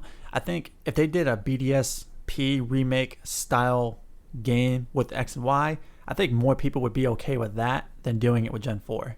Because, like you said, X and Y were safe, comfortable, and fun. Like, I feel like if you're going to take a safe approach like they're doing with BDSP, X and Y would have been the game to do that with if you were going to do that. But then again, X and Y is missing a lot and does need things added to it because it just was missing the mark on a lot of different things. But I feel like if they were going to do that, X and Y is probably the game to like, okay, yeah, this was just fun. Let's just touch up on it. Let's add this and that and then be done with it. I don't know. Maybe I'm wrong on that. Yeah, but I mean, X and Y is in this weird spot where like it's designed like a 2D Pokemon game, and they still design Pokemon games like 2D Pokemon games. The only one that I would say isn't is Sun and Moon, and it's very, very obvious. Like Sword and Shield is designed like a 2D Pokemon game. I don't think Sun and Moon is, and we'll get to that when we get to that. But yeah, when it comes to, No, I was just gonna jump into Gen 7. Go ahead and finish though. Oh yeah, no, I think so X and Y being like the last real 2D Pokemon game to me, not counting ORAS, is like, it's weird because it has like a bunch of weird shit in it. Like X and Y, like it was very safe, but it also was like really experimental. Like I've never seen anything in a Pokemon game like the what is it, the Battle Chateau, like where you can like rank up and you can just like you know, like it's like the best rematch area in any Pokemon game, and it's really interesting. It's like they never did that again. They never, obviously, or they did with ORAS because it was, they could paste it, but they never like revisited super training again, which is like a really like interesting way to bring like EVs into like, I don't know, the mainstream gameplay. Sky battles again are like a really weird thing that, like, it feels like they wanted like the ride-on shit. Like they really wanted to do a lot with X and Y, but it's so obvious that they couldn't. And I feel like if they were to do a BDSP type game for it, they would have to expand on those concepts. And then it wouldn't really be like a BDSP like type monkey's paw game, you know. Again, I think it's like, ignoring Diamond and Pearl, it's the most deserving. I mean, okay, no, I think Kanto is maybe deserving of like a good remake. And then you just triggered everybody by saying that. No, okay, do we want to talk about Let's Go now? Because I'll do that. I'm ready. Well, let's touch on talking about Let's Go. let's touch on Sun and Moon first. Okay, yeah. Sun and Moon. I'm trying to remember, like, I remember the hype cycle for that, which is absolutely crazy the way they marketed that game. Like, literally every 2 weeks we were getting something new, and it was like, you know, 2-minute trailers here and there. I know everything about this game before it came out, and I was very, very disappointed by that. Yeah, we fucking knew everything. And I remember, like, all the designs and everything. So, like, I remember playing it. Me and my best friend Derek were playing it at the time. Shout out to him. And we would hop on our PlayStation headsets and just keep our PlayStations on and literally play through the game while we're, you know, talking or whatever. And we kind of like, we had fun with it the first run through, but like the fucking what are those battles called, where like the SOS battles, I hate I mean, I cannot express. I've never hated music in a Pokemon game. The battle music in Sun and Moon is awful. I would rather. What are you saying? I would. That is I would so rather wrong. listen to fucking nails on a chalkboard on repeat before I listen to that fucking battle music in Sun and Moon. Sun and Moon's OST is fantastic. I don't know Now- what you mean by this. Now there's a lot of music I like in Sun and Moon in general, like going to the different areas. Hold on, and stuff. I gotta listen to like the Vanilla Wild theme in Sun and Moon. Hold on. It's I remember that being one thing that stuck out to me. I'm just like, I don't like the battle music at all. Ultra Sun and Ultra Moon for me was a much more enjoyable experience, not from a lore perspective. I like the original Sun and Moon story for sure, much more so than Ultra Sun and Ultra Moon. That's like definitely my hottest take on the series. I like what they did. I like what I like about Ultra Sun and Ultra Moon, and I really don't prefer one or the other. But I definitely think I like the first game's story a little bit more. But what I do like a lot about Ultra Sun and Ultra Moon, aside from the Rainbow Rocket shit in the post game, is just like what they did with Lily and like kind of making her stand out more, being a trainer and stuff like that. Things like you're missing from the original, where you thought about like when you played through Sun and Moon the first time, you're like, oh well, what if Lily was a trainer? What if Lily did this? And then Ultra Sun and Ultra Moon kind of shed a light on that, which I think is what Game Freak wanted to do, because they did a lot with Lily and Lusamine. And I know this is a very hot topic. I've seen a lot of people talk about the lore between the two games and like kind of how confrontational it is. So, but for me, I didn't really focus too much on that. I just remember thinking to myself, like, this is actually a pretty good story game. And then the actual gameplay mechanics for me missed the mark. I hate Z moves. I'm not talking about from a competitive standpoint. I just hate the concept of it. I hate Z moves, hate the SOS battles. Oh, whoa, okay. I gotta understand any of this because I completely disagree. Like, why do you hate either of those things? It's absolutely stupid. You put a wristband on, you put the little crystal in there, you do your special move or whatever, and I mean, and that's it. There's you just described Mega Evolution. This is exactly no. Mega Evolution is much different for me, I think, than Z moves. Z moves is just like each Pokemon. It is less gameplay agency. It is 100% less thinking. No, because Mega Evolution. So like with Z moves, first of all, any Pokemon can do it. Like, why is that a bad thing? Well, it's a bad thing because it makes nothing unique about anything. Like, you just do a normal type move, everyone has access to that same move. Everyone has access to, like, so from a competitive standpoint, I get why Z moves were popular because it made a lot more moves and Pokemon more viable. Eevee being an example, they had that fucking OP Z move. It boosted stats 2 stages. Okay, like, Eevee was never gonna be viable. It made it more viable, right? And then Mega Evolution at least makes it brings out a certain uniqueness to certain Pokemon. So although it doesn't apply to all Pokemon, the Pokemon that it does apply to, in most cases, makes them stick out more and, you know, gives them at least a little bit of lore, like Slowbro being a good example. So for me, Mega Evolution was a better concept than Z moves. And I think I would agree if most of the thing with Z moves, right? It's like you get one chance to use the same with Mega Evolution. However, it is very, very rarely there are very few instances where you will not click the Mega Evolution button. But with Z moves, there is instantly more thought in which move and which Pokemon you charge, right? Whereas, again, with Mega Evolutions, you click a button. There's very little agency, unless you're like Garchomp or something. I think, or like Kangaskhan. I think also, the thing with Mega Evolutions, I would totally agree with you if most Mega Evolutions didn't look like shit. But like 90% of those designs are so atrocious. I think there are only like half of them are like good, half of them are okay, and like the rest are dog shit. I think like there are only like 2 Mega Evolutions that I think are like, I would say they work well in terms of gameplay, they look good, and they were actually needed. Everything else is like either really unneeded, they don't work well from a gameplay perspective, or just they look like ass.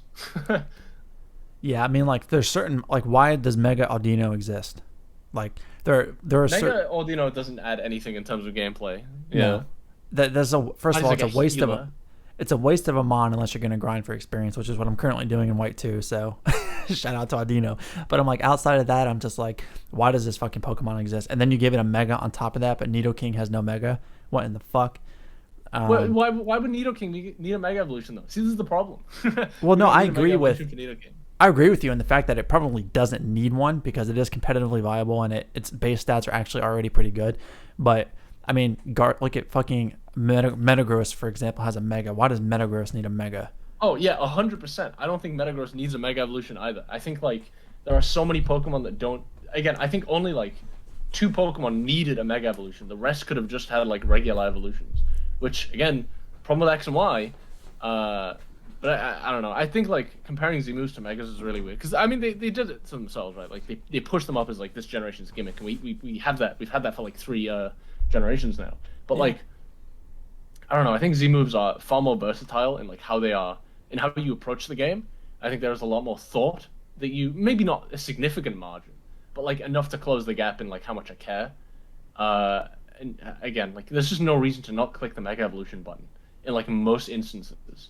I think there are like I'm trying to think off the top of my head like Mega Beedrill and Mawile were like needed Mega Evolutions that like look cool and also have good gameplay. I think And then there are Sableye like was one too. I think Sableye was needed. did Sableye need a Mega Evolution or did it just need an evolution? Well, I think the both are mutually exclusive. We agree that Sableye needed something. Whether Yeah, it's true, but I also don't think it's like nearly as engaging as Mowile's design yeah. or Beedrill's design. No, I would agree. Beedrill Beedrill needed something. I mean, it was kind of a random mega that they gave. Kind of like Pidgeot. I don't know if Pidgeot needed one, but especially the route they went with it, making a special attacker as opposed to something else. I mean, it was a cool spin they put on it, but Yeah, I think that's what Mega Evolutions should do. Like it's like I said the Mega Garchomp was unnecessary before, and yeah, it absolutely is. But God, at the same time, it's like, okay, do I like have this like really fast attacker that is just like really consistent, or do I have like this one that is perfectly built for sand teams and hits like a truck but is slower? I really like that gameplay, and yeah, I think that it's far more interesting than Mega Lucario, which is Lucario, but it gets more spikes. It looks somehow even worse than regular Lucario, and also it is just stronger. Or like Manectric, which is like a Super Saiyan 3 for some reason. Or Heracross, which just looks terrible. Or Sharpedo, which just has it but more spikes and is uglier. Like that is just most Mega Evolutions to me, and it's just such a shame. yeah. And I know we kind of dipped away there a little bit, but yeah, Yeah. maybe that's a separate conversation we can have more in depth, like at a later time. But yeah, so I touched on Gen 7 already, so you can go ahead and dive into that.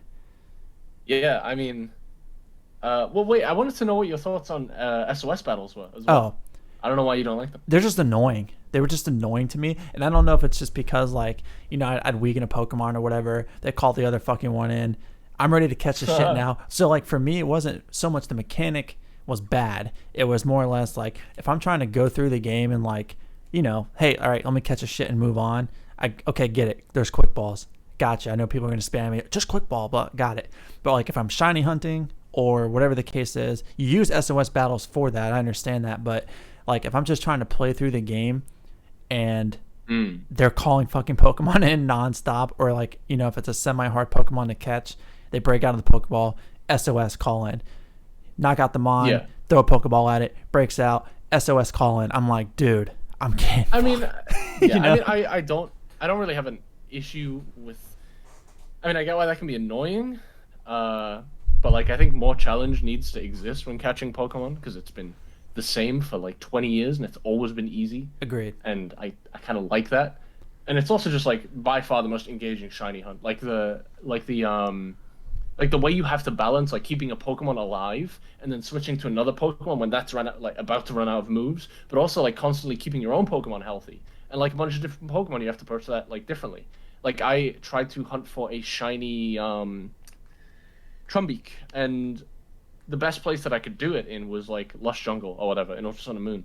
And I have like a Smeargle that is dedicated to SOS hunting, and it's funny because even with that, I was like struggling because it would use like Leah 6 times and it would just like do so much damage to like my level 100 Smeargle. And it's like, how do I deal with this? And it's like a really interesting puzzle to solve, and I like when Pokemon does that in its game design.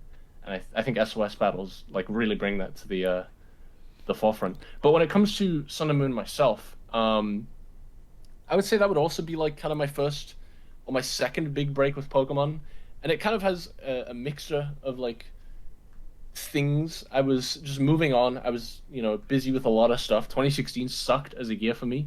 I think that's kind of like a running theme with Pokemon, but it kind of sucked ass as a year for me.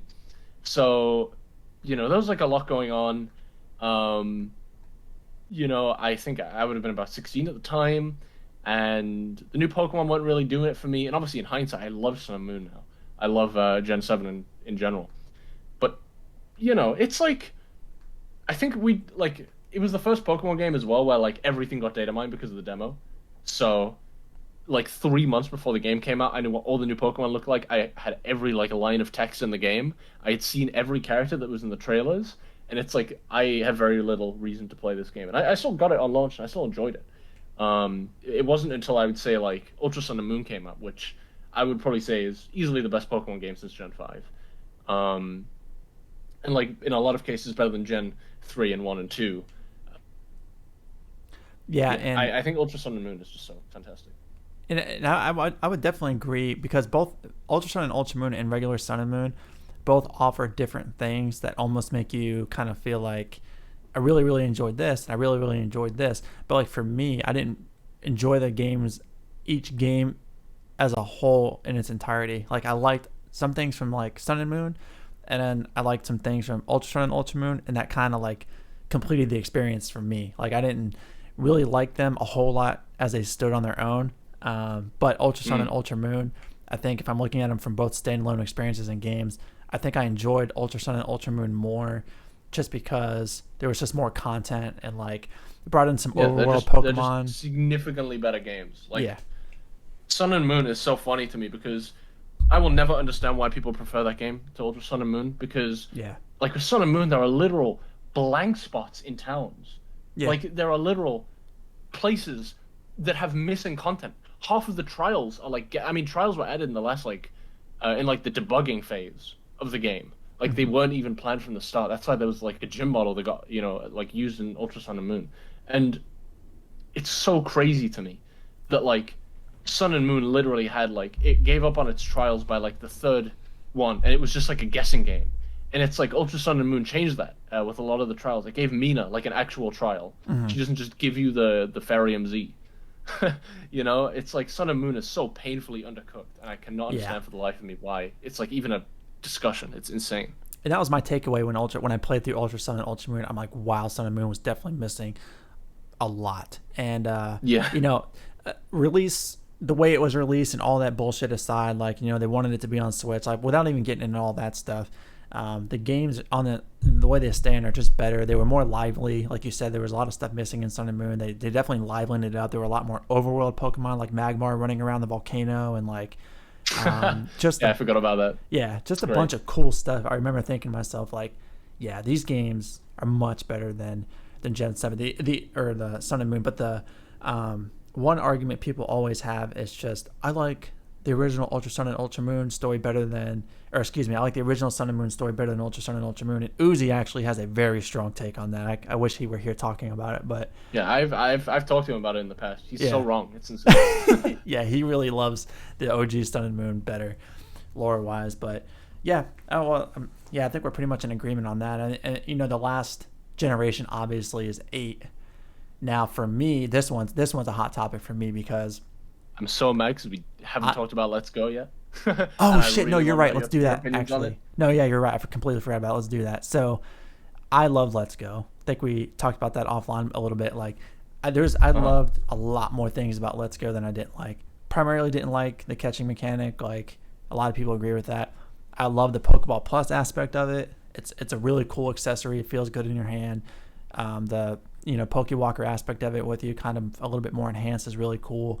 But in terms of the game, like I think it was refreshing for me to just play something that was simplistic and not so like overridden with mechanics and overridden with this and that. Like coming from Ultra Sun to Ultra Moon and then playing Let's Go, I don't know. For me, I got like this sense of I felt like refreshed playing those games, and I'm not sure why. Yeah. I just kind of felt that way, and then me and my friends ended up doing a battle league together, and that made it really fun. And I've never been a big competitive player at all, period.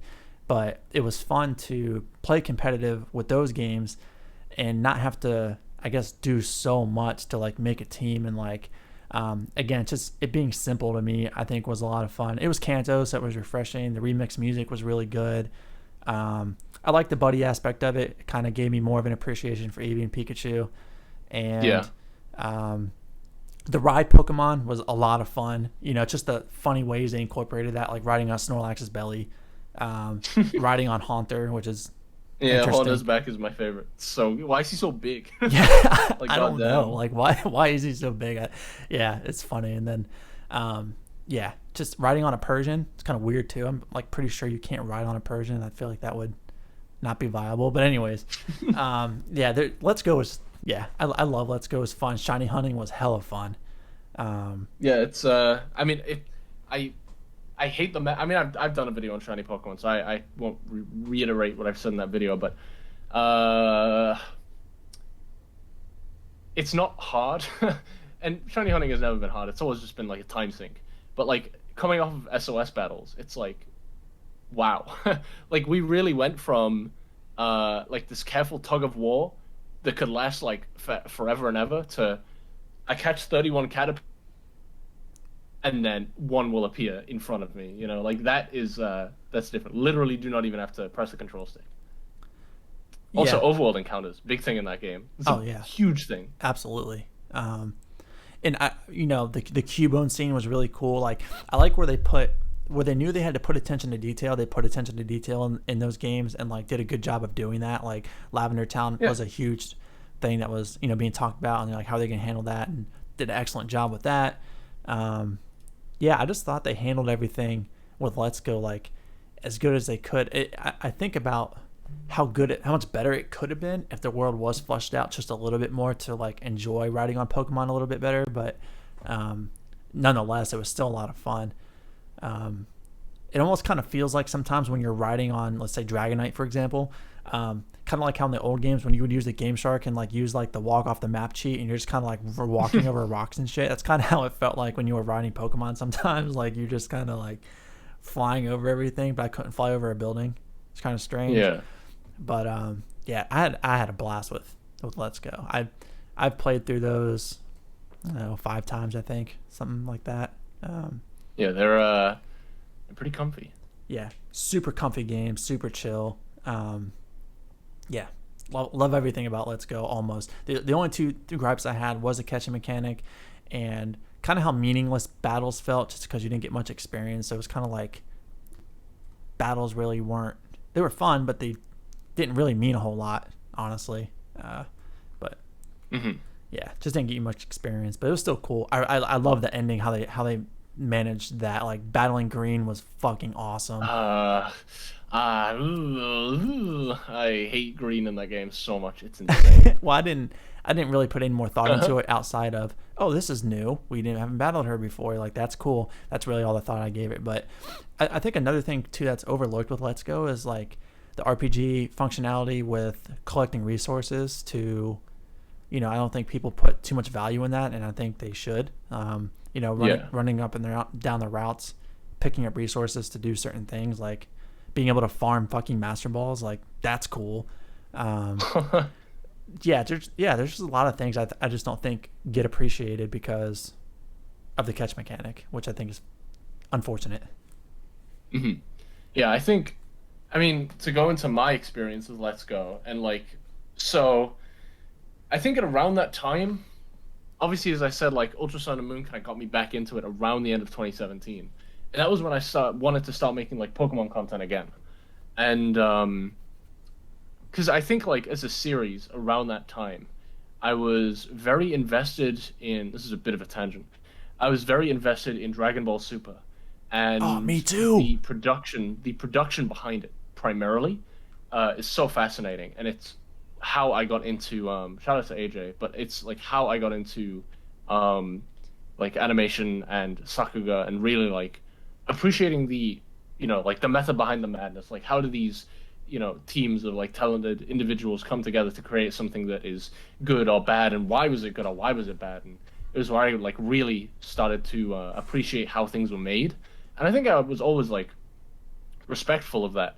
and that kind of carried over to Pokemon. And Let's Go is such an interesting point because I feel like ORAS was the first time where people were like, maybe this Pokemon game isn't for me. But with, I think like Let's Go was the time where there was like vocal outrage at a Pokemon game, and that was like fucking unheard of. And obviously Sword and Shield just kind of built off of that.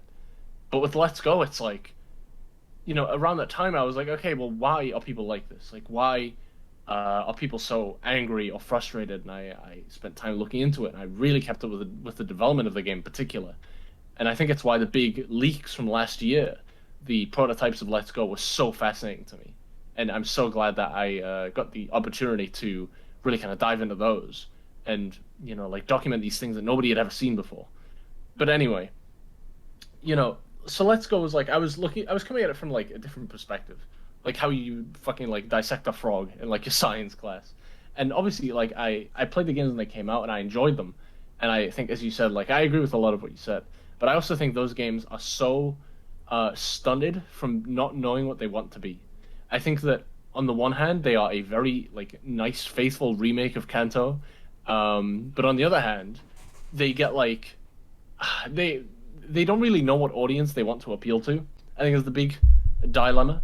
So you have like this game that is, by the way, designed by fans. Like this is the first Pokemon game that I can safely say was designed by fans. Most of the development team, they've said like they grew up on the original Pokemon Yellow, and it's so fascinating to me to think about, like how Gen 1ers would design a game, and it is so abundantly clear that it's the case because, obviously Masuda was the director, but it's so clear that he was like the driving force between all of like the weird changes in that game, like the catching mechanics, like the flight, like all that kind of thing, all of those kind of things. It's like his changes are really great because it's a unique experience, and I would rather play it over Fire and Leaf Green or Red and Blue because it's such a unique experience. On the other hand, despite designing it for the Go crowd and like a new group of people and having all of these new mechanics, there is still that one route that is just all fucking fences, and it's terrible. Like I don't understand. Like there are so many things that, and again, it's why I think we do need a good Kanto remake. Not to say these games aren't good, but why we need like a solid Kanto remake that fixes the problems of the original. Because Fire and Leaf Green, I don't think we even really talked about it, but it's like the most by the numbers shit ever. And yeah. Like Let's Go was also kind of like that, but it had like this new stuff that was kind of okay. I love the catching mechanics, as I said before. I think that Pokemon catching has been so fucking stale for so long, and just pressing a button until something gets in the ball is boring. And I think I said this last time because Legends Arceus is definitely going to play into this. But having to learn how every single individual Pokemon moved was a really cool experience. Like how you have to aim upwards for Onix, or how Zubat moves about really quickly. Like that's such a, like a fascinating approach to Pokemon.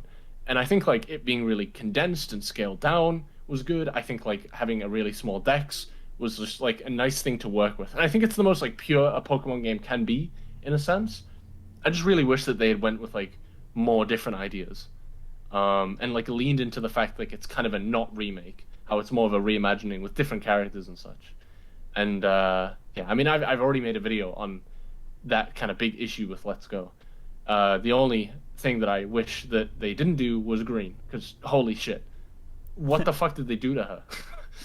What did they do to her? They just wanted to add some flavor in there and kind of because like we said, we like Let's Go is the only remake game that's been based off of the third version. So I think people forget that too. Yeah. Like these aren't Red and Blue remakes; these are Yellow remakes. So ORAS wasn't a remake of Emerald. ORAS was a remake of Ruby and Sapphire. So again, I think people kind of lose sight of that sometimes. But yeah, I will say that Pikachu and Eevee have the best version exclusivity by far. Like, it's the first time playing a Pokemon game where the legendary on the box art like was not the defining factor for me. Like ultimately, it was okay. This might genuinely impact like how my game is going to play for the vast majority of it. Like I can box my starter, and I did, but at the same time, it's like we can, we can have like a completely different experience depending on which game we play, and I think that's really, really fascinating. Obviously, Eevee is like by far the best version because you can get a Pikachu in like the first 2 minutes, and I didn't know if that was going to be any different from Red and Blue, or I mean, it wasn't like that in Yellow, right? Like you couldn't get Pikachu in the wild, so Yeah. It's really interesting. I think Let's Go is like kind of how I want the series to move, but just on a far bigger scale. I want, obviously like grid-based movement, but like, I don't know why couldn't Let's Go or why couldn't BDSP? I hate to go back to this fucking game. Here we are Like, again. Why couldn't it be more like Let's Go? Yeah, here we are again. Like, why couldn't it be more like Let's Go? It's just absurd to me that like they released that, which is like, okay, they were going in a new direction with remakes that people didn't like, but it was like willing to take risks. And if it had taken more risks, I would have liked it a lot more. Because Kanto is boring, it is tired. We've seen it 4 times, and a 5th time it does suck. But at the same time, it's like it doesn't play like Red and Blue or Gold and Silver or Fire Red and Leaf Green. It's such like a unique experience, and I'm really, just weirded out that like people are finally starting to realize. It's definitely far from perfect. I have some reservations about the writing and obviously like the balancing and the pacing and a lot of how it like sanitizes Kanto, but at the same time, it's like I feel like not that Pokemon games. I should rephrase what I said before. Pokemon games shouldn't go in the direction of Let's Go.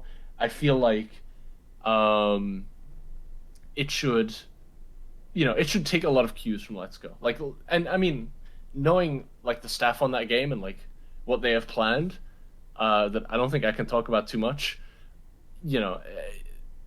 I'm excited for the future. I think like Let's Go was definitely a good step for Pokemon, and I know that that's a very unpopular opinion. I could delve more into that if people like approach me on different topics, but in general, not to keep on going on, it was a fantastic game, and it's still like nowhere near my top Pokemon games, but I think like the ideas that it brought to the table are really fucking fantastic. Yeah, and That's just my general take. Hopefully we were able to shed some perspective to people that didn't really maybe even hated Let's Go, didn't like Let's Go. Hopefully our conversation about it maybe shedded some light on why people did enjoy them, because there's this perception that if you enjoyed Let's Go, there's something mentally wrong with you in the community. I don't really understand that. So yeah, you're a baby, you're a shill. Yeah, the whole you love Masada, which is all these things aren't true for me. Yeah, it's just like, no, they were fun games. But yeah, so last but not least, Generation 8.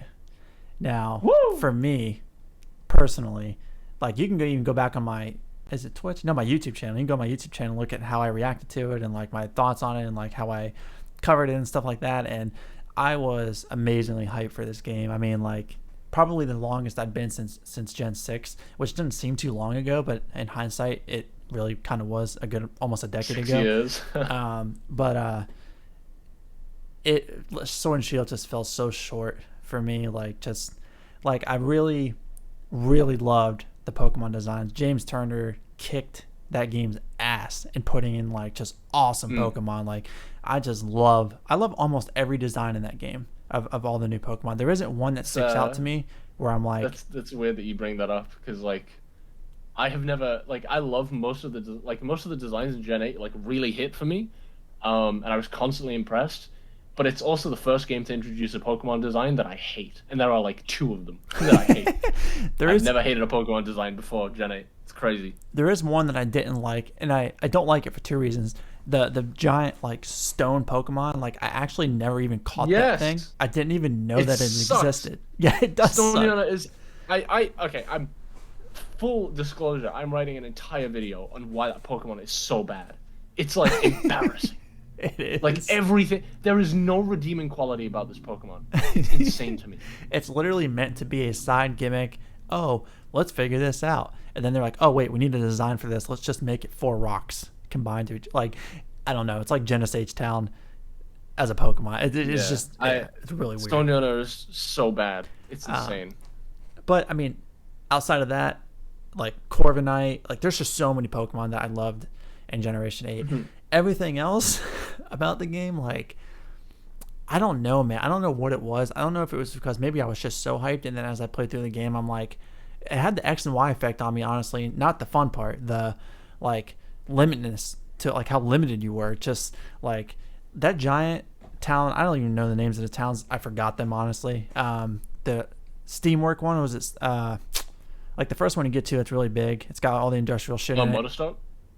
Yeah, there's just Yeah. they could have made that so much more expansive and didn't. And this just Sword and Shield, the base game, not the DLC, just really fell short to me. And what made it fall short were the Glenwood Tangle. That could have been such a cool route, like such a cool area, so much more expansive, and really made that really really cool. Same with like the caves. The caves were beautiful. The gemstones really popped out. Like seeing I that, fucking hate how those caves look. They but look so they bad. could have like done something to like make those much more immersive. And it was just like, okay, let me just walk Yeah. over here. Oh, there's B. Okay, now I'm out. And then it's just there's no, like, so for me as I continued to play through the game, it just became more and more lackluster, and I'm just like, why? And it was a super flat region. Again, I don't know anything about the UK, so maybe it was obviously like that by design, but I don't know. Oh no, it yeah, no, it absolutely reflects Yeah. that country. So again, for me, Sword and Shield is just not. It's definitely not one of my favorites. The legendaries are pretty cool. The box arts are terrible. It just the lore for me is the whole story to me was not good. I just there was a lot more I disliked about Sword and Shield than there was that I liked. But the Pokemon designs, spot on. Loved them. Outside of Yeah. that, though, quality of life changes too. Those are really good. I think camping could have been a lot better. I like the concept of camping because it's realistic. But at the same time, you play with a ball or you shake a feather in your Pokemon's face till it has a seizure. Like that's not something that's fun to me. Like they just, again, everything that I was hyped for fell short, and that's why I was disappointed with the games. Yeah. I mean, where do I begin with Sword and Shield? Because I feel like my opinion on this game has been twisted by the internet. I remember when that game was coming out, I was labeled like the super shill, and again, it's why the heel turn with BDSP is so weird for me, because it's like there were so many people that like thought that I was like this ultra like overly positive person that has like this really like shill take on Sword and Shield, and then like BDSP, it's like I fucking hate this game so far, and it obviously people will interpret how they want to interpret things, but at the same time, Sword and Shield is a game that, first of all, I want to say, ignoring the elephant in the room, the marketing was done flawless. Like, especially after Sun and Moon, where we got like something new every week. Sword and Shield, they gave like a perfect amount of the things Yeah, like, they in did. that game building up to it. Yeah, for sure. However, the game itself, I've played that game. I've beaten that game about 5 or 6 times, and it's not a bad game. Full like disclosure, and we have yet to talk about the DLC, but I do think that it is also like Diamond and Pearl, where it's gotten worse the more I've played it. And as somebody who just beat it again this morning, as I said, I put it up on Yuzu, and I was like, you know what, I'm just gonna go play through it because I needed to like get save files for something. So I was like, okay, I might as well just give it a full run through. And I mean, where do I start with the positives? So positively, the game's music is great, as is every Pokemon game's music. The designs are great. I really like some of the quality of life stuff, as you said. And let's see, something just came. Oh yeah, no, the variety in like the team building is great. So with X and Y, and I guess this is dipping into the DLC discussion a little. With X and Y, this was like the biggest decks that we had had, and it felt so overwhelming. You would go onto a route and you would have, oh, that you can get Rattata here, but you can also get Sentret, Zigzagoon, Bidoof, Patrat, Yeah. Bunnelby, and it's like, wow, like this is really diluted. Like it's like 7 pages on Cerebi for one route in that game, and Sword and Shield balances that so well, and also just has like a bigger dex. Like it has like with the DLC, it's like 600 mons or some shit, and you can choose whether to go to the island, and you can get like a Tauros before the first gym, and that's so cool. And I love the team building in that game. It's incredible, easily the best in any Pokemon game by far, and it's what makes that game so weirdly replayable to me. I also like the general aesthetic of certain things. I'm being very careful saying that. But overall, I think the game, it's not bad, and I really enjoyed my first playthrough, and I have enjoyed subsequent playthroughs, and I think the DLC is definitely a factor. But at the same time, I think that it is like death by 1,000 cuts, where there is no overwhelming flaw in that game, but there are like 1,000 tiny little things that I'm like, man, this could have been better. And I know why it was the case, right? Like, it's just time. I think that one thing that, again, when you study production on anything creative, it is always like time, effort, and like money, right? Like those are the three things. And let's say with animation, right? It is always a time thing. People are not, paying like getting paid shit rates to do shit work at the end of the day. They're gonna have to like it's always a time thing. Whereas, with Pokemon, they have like 3 years to make a giant JRPG. And they're also transitioning onto like a full console for the first time. This game's development started in 2016. We've seen the prototypes. They are very, very, very bad, despite being like very late on for how they should be, especially compared to previous Pokemon games. It's like something went wrong. Something went wrong. Something went horribly, horribly wrong. And I feel like one of these days we're gonna have like a Game Freak staff member that has like left the company, like talk about that game's development, because I don't know whether like something fucked up with like porting the models. Like the National Dex thing is so crazy to me, Yeah, and and like like, oh God, like that, it's so unfortunate, and it's just like I think maybe that's why I got called a shill because like a lot of the things in this game are very unfortunate but like I get why they happened, so I can't be too mad about it. But it's like fuck, man. I mean, and to condense my opinions on the game, visually it's like kind of a mess. The Pokemon models look fantastic, and the human characters look great. mhm. It's just the game lacks any sort of cohesion. So it's over like with New Snap, which is what's really great about that game, is they retextured every single Pokemon, despite using the same models, to fit better in with the world design. Like Wishy Washy and Love Disc have scales now, and Tentacruel has like the red orbs on its head are like they have like this cracked texture, and it's really really awesome. Whereas the Sword and Shield, they just like they outsourced a lot of the texture development to certain people and studios, and Sword and Shield is like a complete mess. Like it has a fucking like 1,000 staff members on it. It's a huge mess. Yeah. And what you'll notice is like those people they worked on as texture designers on games like Xenoblade Chronicles 2 and Breath of the Wild, which obviously don't mesh well with Pokemon's style, and it's so apparent when you see these like Pokemon that look like balloons in the overworld, and there's like this weird dissonance. The story is just so like the pacing is terrible. Yeah. Like I was playing through the game yesterday, and I went from like in the span of like 2 hours, I went from Stow-on-Side to like the eighth gym, and that's insane to me. It's like how does that even happen? Like in a casual playthrough, the level design is piss. It's like no longer we don't have like routes that interconnect. We just have one route that goes to a town, Yep. and then a town that goes to a route, or a route that goes to like one other route maybe. Um, it's horribly like gated. There's no sense of like really good progression. All of the characters have like really good ideas. Like Bede being this like subversion of an edgy rival that just gets literally taken away at the end. Yep. Like I don't know. There's a lot to the game, and it's just a shame that it was so unfinished. And I just really wish the route design, the level design, they had more time for the visuals. Like that, obviously the missing Pokemon, and the DLC does help with that. Those a lot, but like it's like a patchwork fix. Like the DLC is great. I really loved it, but like it can only do so much, I think. Yeah, I felt the same way. I felt like the Crown Tundra, I felt like was perfection for DLC for that game. Like just the way it was. When you look at the base game and then you look at Crown Tundra in terms of the environment and how dynamic it was just really, really like cool. Like, oh man, I just wanted to play Crown Tundra. I didn't even want to play anything else. Not just because Nidoking's in it, but because it was just much more fun to like ride your bike around and like do different things.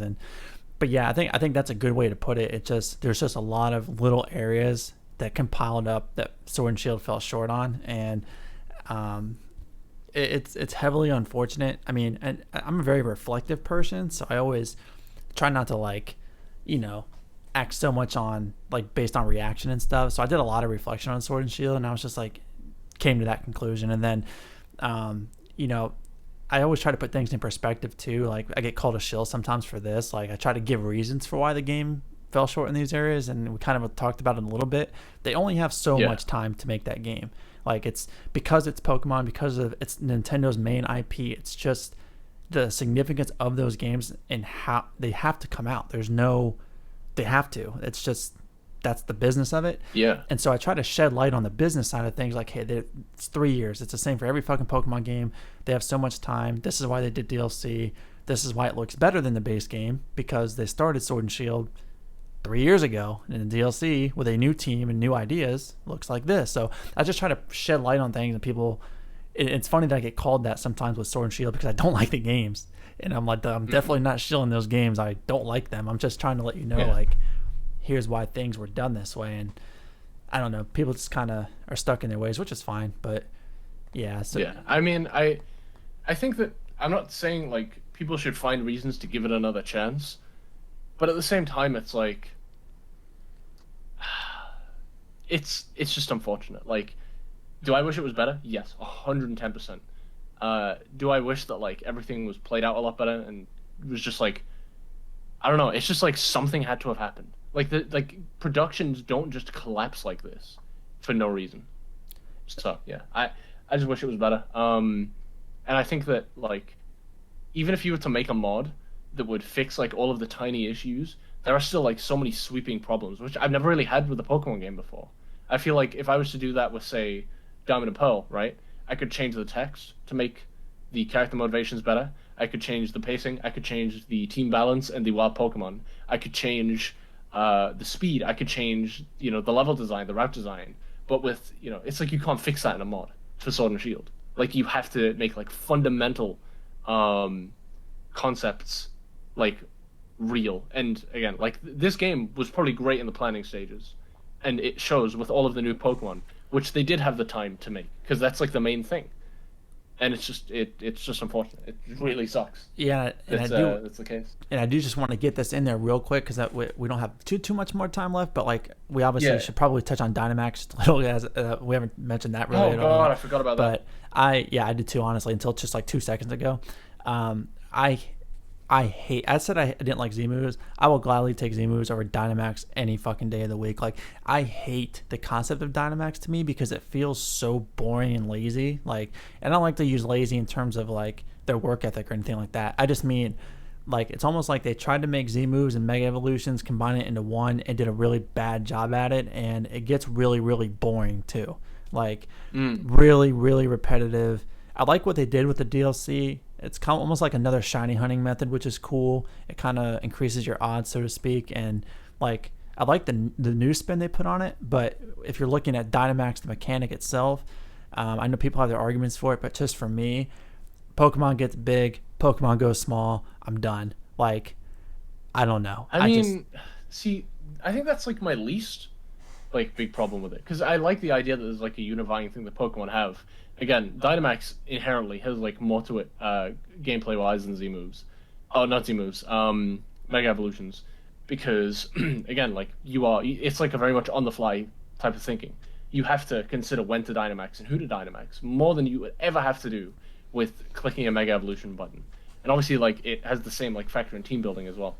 So the thing with I think Dynamaxing it in the in-game context, it kind of breaks a lot of the boss battles. I think that in a competitive context, which is absolutely what it's designed for, it still does not hold up at all. I think that Smogon banning it was a good thing. I think that it's so polarizing and literally just leads to every Pokemon having the ability to snowball in some way, which is not a good idea. Because I feel like typically how game design works. Sorry, a train is coming past my my house right now, so if you can hear that, I'm sorry.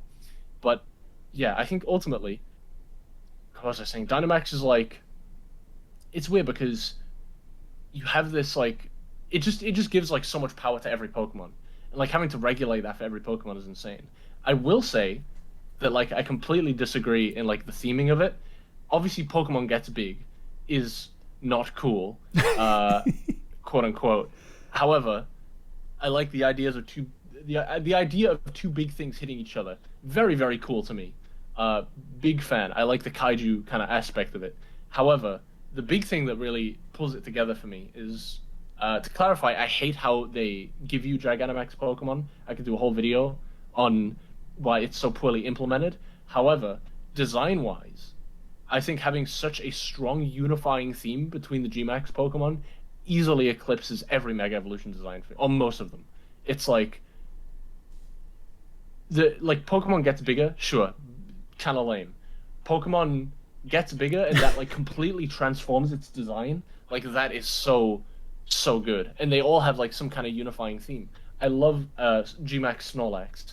Gmax Lapras is great. Garbodor is amazing. I Orbeetle's like that really it cool. felt like yeah, Orbeetle is fantastic. Like, I really like Inteleon, and I hate that Pokemon's design. I really really hate that Pokemon's design. It's one of those Pokemon that I said like I genuinely hate. I've never hated a Pokemon design before. I really really hate Inteleon, and yet, the way that they use Gmax, like it didn't redeem the design for me, but it was like, hey, this is cool. Whereas with Mega Evolutions, it was a bit more hit or miss. You would just like throw shit on a Pokemon, and if it stuck, then good job. Yeah, But yeah, I think that it's not all doom and gloom where it comes to Dynamax, but it could absolutely 2,000,000% be handled like so much better. what I do have an appreciation of with Gen 8, Gen 8's the first game that has made me love a starter-based Pokemon more than any of the other evolutions of either of the starters. I love Grookey. Grookey to me is just like, he's just so fucking cool. I got my son a Grookey plushie. He fucking loves it. But yeah, Grookey, love it more than its evolutions. I love it more than Sobble in its evolutions. I love it more than Scorbunny in its evolutions. I don't know what it is about Grookey, but I just love that Pokemon. And then really the second thing is that really, really fucking annoys me because like you touched on the theme that they were going with giant Pokemon versus giant Pokemon. Nidoking is literally based off of that theory and does not have a Gigantamax form. Like, yeah, just think about how Rhydon fans felt when Gen 4 came around and their evolution looks like shit. Yeah, it was Rhyperior. But at least they got one. Like, Nidoking's literal theme is based off of one of the giant beasts from, the mythology of the whole thing, and you don't give him a Gigantamax form. I'm just like, dude, forget the fact that Nidoking's my favorite aside. Missing the mark on that, to me, was a huge missed opportunity, but I don't know. That's just my little side thought about Nidoking. Yeah, you're just mad because you like Nidoking, okay? I get it. Hey, trust me. Hey, I have a point, as somebody who likes Spiritomb, okay, my favorite Pokemon being like shafted for so many generations. Yeah. And I can't wait to not use it in BDSP. It's like great, cool, amazing. Yeah. But I mean, I think we did a really good job touching on like our personal experiences. I hope that everyone listened to the podcast because we did go a little longer than I wanted us to, but yeah, we did. Holy shit. It was just such good conversation and so much fun. Like I just generally didn't care. So I hope you guys listening to this find an appreciation for just like the different perspectives we offer, like kind of, growing up for me, like early 2000s, and then your experience starting in Gen 4 and stuff like that. That's why I wanted to do this, because I thought it would be really, really cool. And I'm glad that we got to talk about each game and things that we liked, because we could talk about this we could go on, Jesus, just forever talking about this stuff. Maybe we do something again later down the road that's similar to this in a different way, but there's just so many different ideas we can touch on. So any lasting thoughts that you want to get out there before I end this thing? If you like Stonjourner, you're a terrible fucking person. That's my take. I co-sign that thought 100%. Don't bring that into our mentions at all about that damn Pokemon. Like, no, I'll fight about this. Yeah, I have like a lorry list of reasons. You're crazy. You're catching a big time Earth power from me if you're gonna bring that up in here, because that's just keep that fucking Pokemon away. But yeah, great conversation, had a lot of fun. I hope you guys enjoyed listening to it. Again, make sure you guys go download episode 1. We have 2 other guests on there. We had a great conversation about the 2021 and Legends Arceus game, BDSP and Unite. So go check that out for sure. And again, make sure you guys tune in. It'll be Friday, the following Friday. Every Friday there's an episode. So 7 p.m. Eastern time. Make sure you follow us on Twitter and subscribe to us on YouTube so you guys don't miss this stuff. We are also on Spotify. So if you guys like Spotify, like rolling in your car, listening to your different playlists, go ahead and add this podcast to that, and you can listen to us on there. So greatly appreciate it, LewTwo. Thanks again for your time, man. A lot of fun. Yep. I know the time zone thing is tricky, so again, I just really appreciate your time. Yeah, I really have to eat. yeah, you got to go eat some food. So thank you guys for listening. We will see you on the next one. Peace.